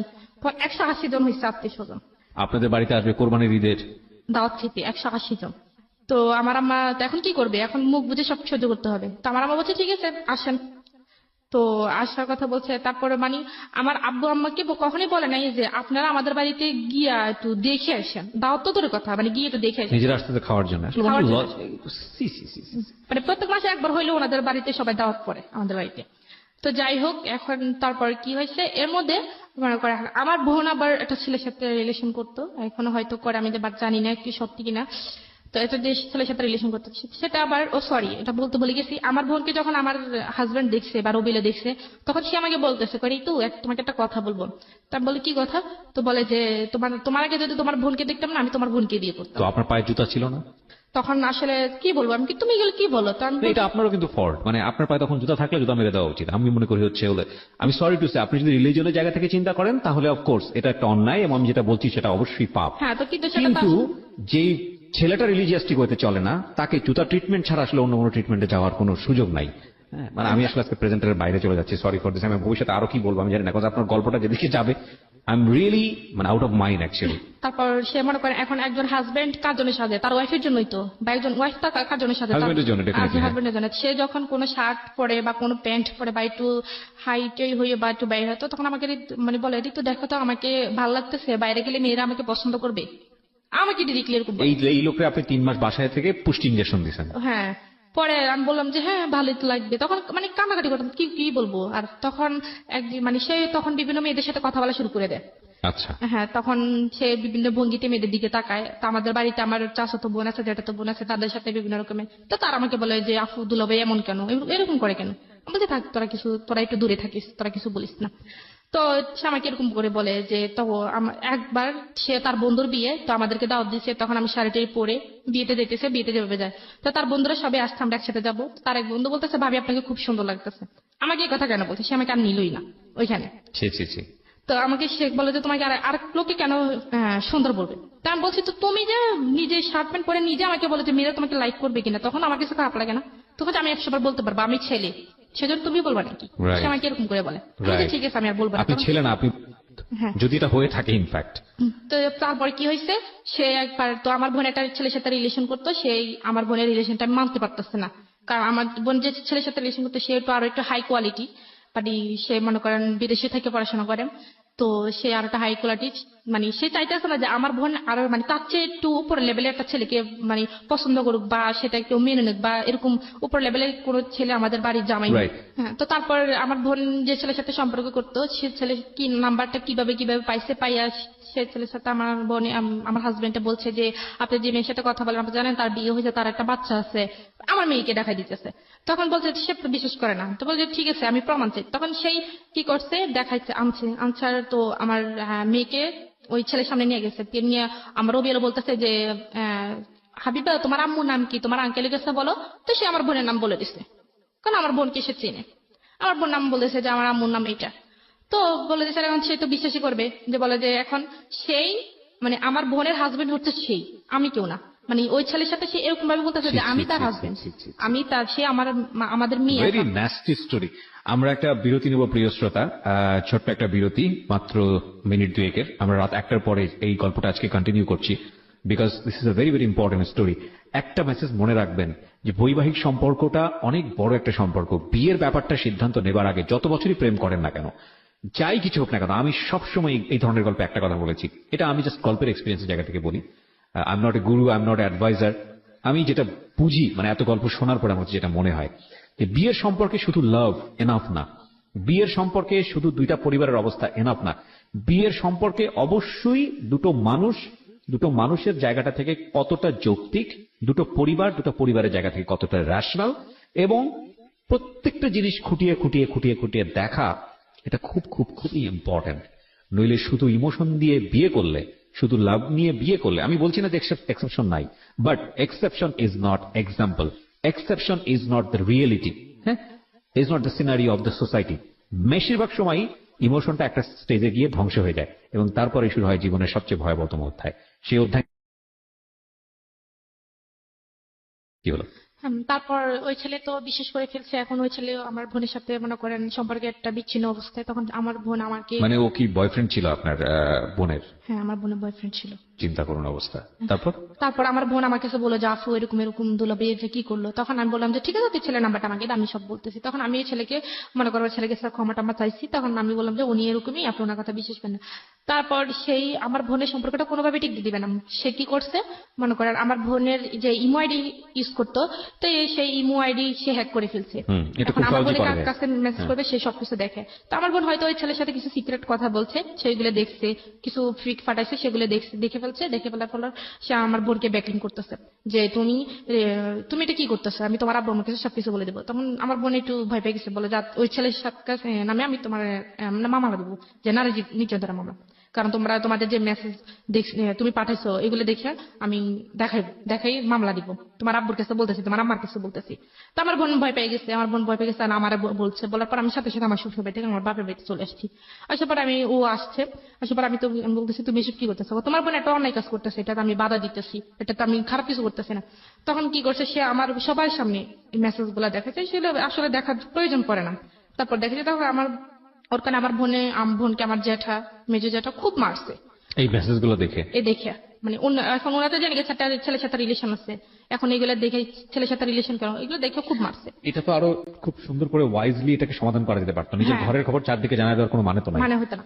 তো তারপর কি করছে তারপরে সে থামে নাই। সে বলতেছে তুমি যদি আমার কথা না শোনো তাহলে আমি কিন্তু ওই ছেলের নামে মামলা করে দিব, এমনকি আমি সবকিছু কথা বলে আচ্ছা, এই অধিকারটা খাটাই কিভাবে আমি তো বুঝলাম না। মানে এটা তো অধিকার আমি জানি, এটা আমার বোনের সাথে হয়েছে। এখন আমার বোন আসলে ওই ছেলেকে হয়তো প্রচন্ড ভালোবাসে, সেই জন্য আসলে ও ক্ষতি চায় না, সেজন্য বলছে ঠিক আছে আপনি কি বলেন।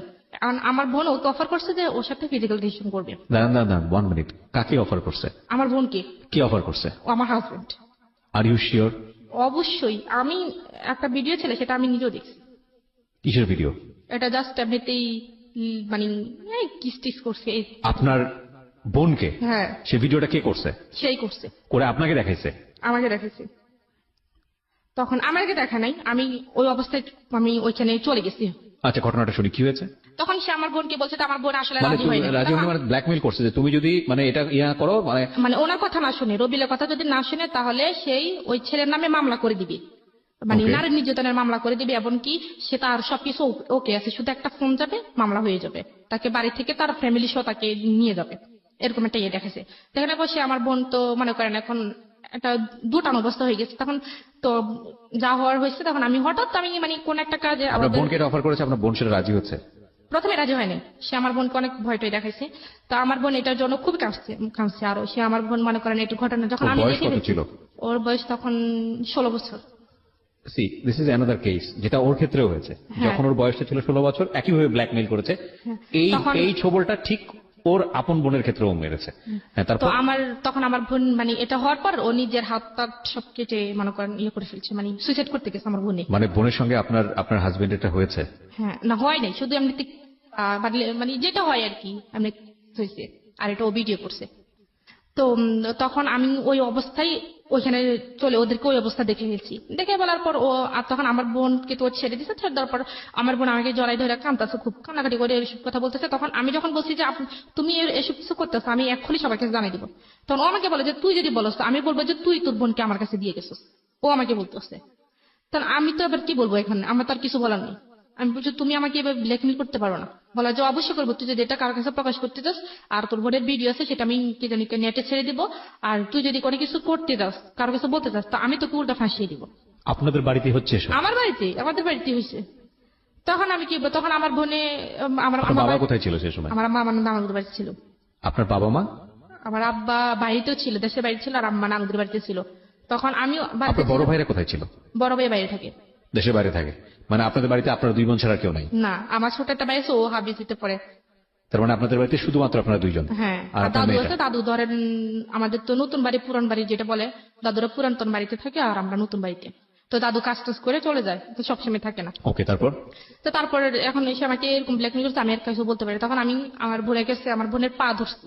আমি বলছি তুই ওর হয়ে আমার মানে আমার কি জানি ওর হয়ে আমি তোর কাছে মাপ চাইতেছি, তুই ওরা মাফ করে দিস। বলে যে পরে ও কি করছে মনে করেন, ওই দিন আপনার হাত পা পাট কাটছে? কেটে লিছে, আপনার হাত পাট কেটে লিছে, কাইটে মনে করেন ও সুসাইড করবে এরকম বলে যে আমার জন্য এত সমস্যা। ওই ছেলে আবার জানে না। তারপর ও কি করছে, ও যেহেতু ওই মানে রবিউল দেখতেছে যে ওই ছেলের সাথে কথা বলা বন্ধ করে নাই, ওই ছেলে মানে রবিউল কি করছে, ওই ছেলের বাড়িতে গেছে, আমার আরেকটা দুঃসম্পর্কিত চাচাতো বোন নিয়ে গেছে, নিয়ে ওর আব্বা আম্মার কাছে আমার বোনের নামে বিচার দিয়ে আসছে যে আপনার ছেলে তো অমুক মেয়ের সাথে কথা বলে, ওনার একটা বাচ্চা আছে, ওনার স্বামী আছে, আপনার কেমন ছেলে একটা ম্যারিড মেয়ের সাথে কথা বলে। এখন ওই ছেলের বাপ মা তো মানে যেটা বুঝতে পারছি, আপনার বোনকে সে অনৈতিকভাবে পাওয়ার জন্য মোটামুটি ক্রেজি Blackmail হয়ে গেছে। করছে। হ্যাঁ, তারপর কি হয়েছে, এখন মনে করেন সব মিলিয়ে তো খুবই সমস্যা হয়েছে। তখন আমি আমার ফ্যামিলিকে একটু ইঙ্গিত করছি, পুরোপুরি করিনি। তো আমার আব্বু বলতেছে তোমার এখানে থাকার দরকার নাই, ডিভোর্স হয়ে যাক, এখানে থাকার দরকার নেই। এরপরে মনে করেন ওই ছেলের সাথে অনেক সমস্যা করছে। তারপরে বলছে যে ডিভোর্স হয়ে যাক। আমি বলছি যে আমার আব্বা আমার মেয়েটা কি হবে, আমি হয়তো একটা ভালো ছেলে পাবো, ও একটা ভালো মেয়ে পাবে, আমার মেয়েটার কি হবে, আমার মেয়ে তো মা হারালে বাপ হারালো, বলে সমস্যা না, আমি মেয়ের ব্যবস্থা করতেছি। তো আমার বাবা কি করছে, ওরে ডিরেক্টলি বলছে যে আমার মেয়ে আসা সাইরা দাও, আমার মেয়েকে তুমি পাইবা না, তুমি একটা ডিভোর্স লেটার পাঠাতে। এখন ও যদি ডিভোর্স পাঠাতে যায়, তাহলে সম্পূর্ণভাবে কিন্তু আমি সবকিছু পাও না, কারণ আমার যে কাবির নামা বা আমাদের যে সবকিছু নিয়ে গেছে এগুলো তো মানে আমি আইনগত ভাবে আমি পাই। তো সেজন্য ও আমাকে ডিভোর্স দিচ্ছে না। না না না, এটা তো আপনি, আচ্ছা এটা একটা ভুল ধারণা। আমি আজকের অনুষ্ঠানের মধ্যে বলে দিই, দেনমোহরের বিষয়টি যে কেউ যে কোনো পক্ষ থেকে ডিভোর্স দিলে পাবে। যদি মেয়েটাও ডিভোর্স দেয় তাহলেও পাবে, ছেলেটা ডিভোর্স দিলে তাও পাবে। কিন্তু আমরা একটা ভুল প্রেডিকশনের মধ্যে থাকি যে আমরা মনে করি যে মেয়েটা ডিভোর্স দিলে ছেলেটা এটা দিতে হয় না। এটা একটা সম্পূর্ণই ভুল ধারণা। এটা মেয়ের ন্যায্য অধিকার, এবং এটা যেই ডিভোর্স দেখ না কেন এটা মেয়ে পাবে। হ্যাঁ, এটা আজকের অনুষ্ঠানের পরে যদি কারো এই ধরনের একটা ভুল ধারণা থেকে থাকে, তাহলে এই ধারণা থেকে বের হয়ে আসুন। আইনত এটা হচ্ছে, যদি ডিভোর্সটা মেয়ের পক্ষ থেকে হয়, মেয়ের দেনমোহর অবশ্যই পরিশোধ হতে হবে। সেটা ডিভোর্স মেয়ে দিলেও পাবে, এবং ছেলে দিলে তো কথাই নেই। হ্যাঁ বলেন। তারপর মনে করেন এরকম কিছু হয়েছে, এখন তারা আমাকে ডিভোর্স দিবে না, মানে এরকম আমাকে মনে করেন নানান ভাবে টর্চার করতেছে, আমার গায়ে হাত তুলতেছে, খুব হাত তুলতেছে। একবার ওদের বাড়িতে, মানে তারপরে আমি যখন ওদের বাড়িতে গেছি তখন ও মানে পকেটে 200 টাকা রাখছে, এটা আমি জানি না। এখন ওর ভাইরা আছে, ওর একটা ভাই আছে, ও আবার একটু হাত লাড়ে, মানে ছোট্ট টাইপের আর কি, মনে করেন 100-200 টাকা পাইলে গুলো নিয়ে যায়। তো আমাদের রুমে, আমরা যে রুমে থাকি, রুমে পকেটের ভিতরে 200 টাকা রাখছে। রাখার পর এখন ধানের দিন আসছে, আমরা ধানটা নিয়ে সবাই বাইরে কাজে ব্যস্ত। ও দুপুরবেলা আমার হঠাৎ খাইতে গেছে, ও আমাকে বলতেছে, ওই চোরের ঘরে চোর, তুই আমার টাকা দে। মানে ডিরেক্টলি সবার সামনে। আমি তো মানে অবাক হয়েছি, কি আমার টাকা, কিসের চোর, কিসের টাকা? বলে যে আমি পকেটে 200 টাকা রাখছি, তুই আমার টাকা নিচ্ছিস না, তুই আমার টাকা দে। আমি বলছি খোদার কসম আমি টাকা নেই, আমি পড়ার সেবে হাত দিয়ে রাখতে পারবো, আমি টাকা নিইনি। তো সে আমাকে খুব গালিগালাজ করছে। গালিগালাজ করার পর আমি মানে এভাবে বলছি যে, আমি বলছি আল্লাহ যে টাকাগুলো নিছে সে আল্লাহ তার বিচার করে। আজ যে যাই মানে যে তাকে মানে অবিচার অন্যায় ভাবে তাকে গালিগালাজ করছে, তাকে যেন আল্লাহ বিচার করে, আমি এভাবে বলছি। বলার পর আমি দরজাটা লাগিয়ে ফেলছি। সেই গোসল করতে গেছে, গোসল করে আইসা মানে 5 মিনিটও দাঁড়ায়নি। আমি বলছি যে তুমি একটু দাঁড়াও, আমি জামা কাপড় চেঞ্জ করতেছি, তুমি একটু দাঁড়াও, আমি জামা কাপড় চেঞ্জ করি। কারণ আমার পাশের রুমে আমার শ্বশুর, বাইরে দরজার সামনে আমার দেবর আছে। তাহলে আমি তাদের সামনে কিভাবে এই অবস্থায় দরজা খুলি? দরজাটা খোলার দেরি হয়েছে কেন, সেই দরজা মরজা ভাঙ্গে আমার শ্বশুর আমাকে খুব গালিগালাজ করছে। তখন তার হাতে একটা বাঁশের একটা কাঁথার ছিল, তো সেটা আইনা আমি ভাবছি, আমি জানতাম যে দরজাটা খুলে সে আমাকে মারবে, তো এভাবে যে মারবে আমি জানি না। তো আমি মানে তার ভয়ে আমি দরজার পাশে লুকিয়েছিলাম। সে ওইখান থেকে আমাকে আইনা কাঁথা দিয়ে মানে প্রায় 10-16-17টা বাড়ি দিয়ে দিচ্ছে। তখন সে তার মানে আমার শ্বশুরে মানে আয়সা একটু না ধরে তাকে বলতেছে, মানে এভাবে বলছে যে মার, ভালো মতো মার, এরকম কইটা বলছে। Nothing to say, this is a violence man, this is definitely violence, পুরা পারিবারিক ভায়োলেন্স। ওহ গড, কি স্ল্যাং! আমরা স্ল্যাংটা মিউট করতে বাধ্য হলাম, কারণ এটা গণমাধ্যমে ভাবে স্ল্যাংটা যাওয়া উচিত হবে না। বাট যেটা হয়েছে, যেটা দ্বিপাক্ষিক ভাবে, আমি জানি না কতটুকু সত্যি মেয়েটা বলছে, যদি হয়ে থাকে এটা ভায়োলেন্স, এবং এটা পুরো পরিবারে ফেসে যেতে পারে এই ধরনের ঘটনা ঘটলে। কারণ ওই মেয়েটা যদি, যার উপরে গায়ে হাত তুলেছে, ওই মেয়েটা যদি জাস্ট একটা সরকারি হাসপাতালে গিয়ে ওয়ান স্টপ সার্ভিস, যেটাকে বলে ওয়ান স্টপ সার্ভিস, থেকে জাস্ট একটা পেপার নিয়ে আসবে যে আমার গায়ে হাত তুলেছে, এটা হচ্ছে ডাক্তার লিখে দেবে যে হ্যাঁ এই হাত তোলার জখম থেকে হয়েছে, এটা নিয়ে থানায় যাবে, সঙ্গে সঙ্গে সে অ্যারেস্ট হয়ে যাবে, সঙ্গে সঙ্গে। বাংলাদেশের নারী নির্যাতন আইন এতটা কঠিন, এতটা প্রখর। কি করলেন আপনি তারপর? তারপর আমার যে জায়গায় বাড়িছে সে জায়গায় রক্ত কালো হয়ে জমাট বেঁধে গেছে। হ্যাঁ, তো তারপর আমার আম্মুরে খবর দিচ্ছে, আমার আম্মা আসছে, আসছে আমার আম্মার মানে উল্টা আমার নামে সত্য মিথ্যা যা আছে আমার আম্মার কাছে বললে আমার মানে আম্মার আর আমার মাঝে একটা ভুল বুঝাবুঝি রাখছে। তখন আম্মা আমার কথা বিশ্বাস না করে ওদের কথা বেশি, তখন আমি এগুলো দেখাইছি, দেখানোর পর বলতেছে তোর দোষে তুই মার খেয়েছিস এগুলো বলছে। তখন সে আমাকে কোনো ওষুধপত্র কোনো কিছু কিনে দেয় না। তখন আমি অনেকদিন ব্যথায় ভুগছি। ভোগের পরে আমি আমার আব্বুর কাছে বলছি, আব্বুর কাছে আমি ছবি তুলে পাঠাই দিছি, দেখেন আমাকে কি করছে। মানে এই গায়ের যে আঘাতের ছবিগুলো, মানে যে জমাট বেঁধে গেছে ওটার ছবি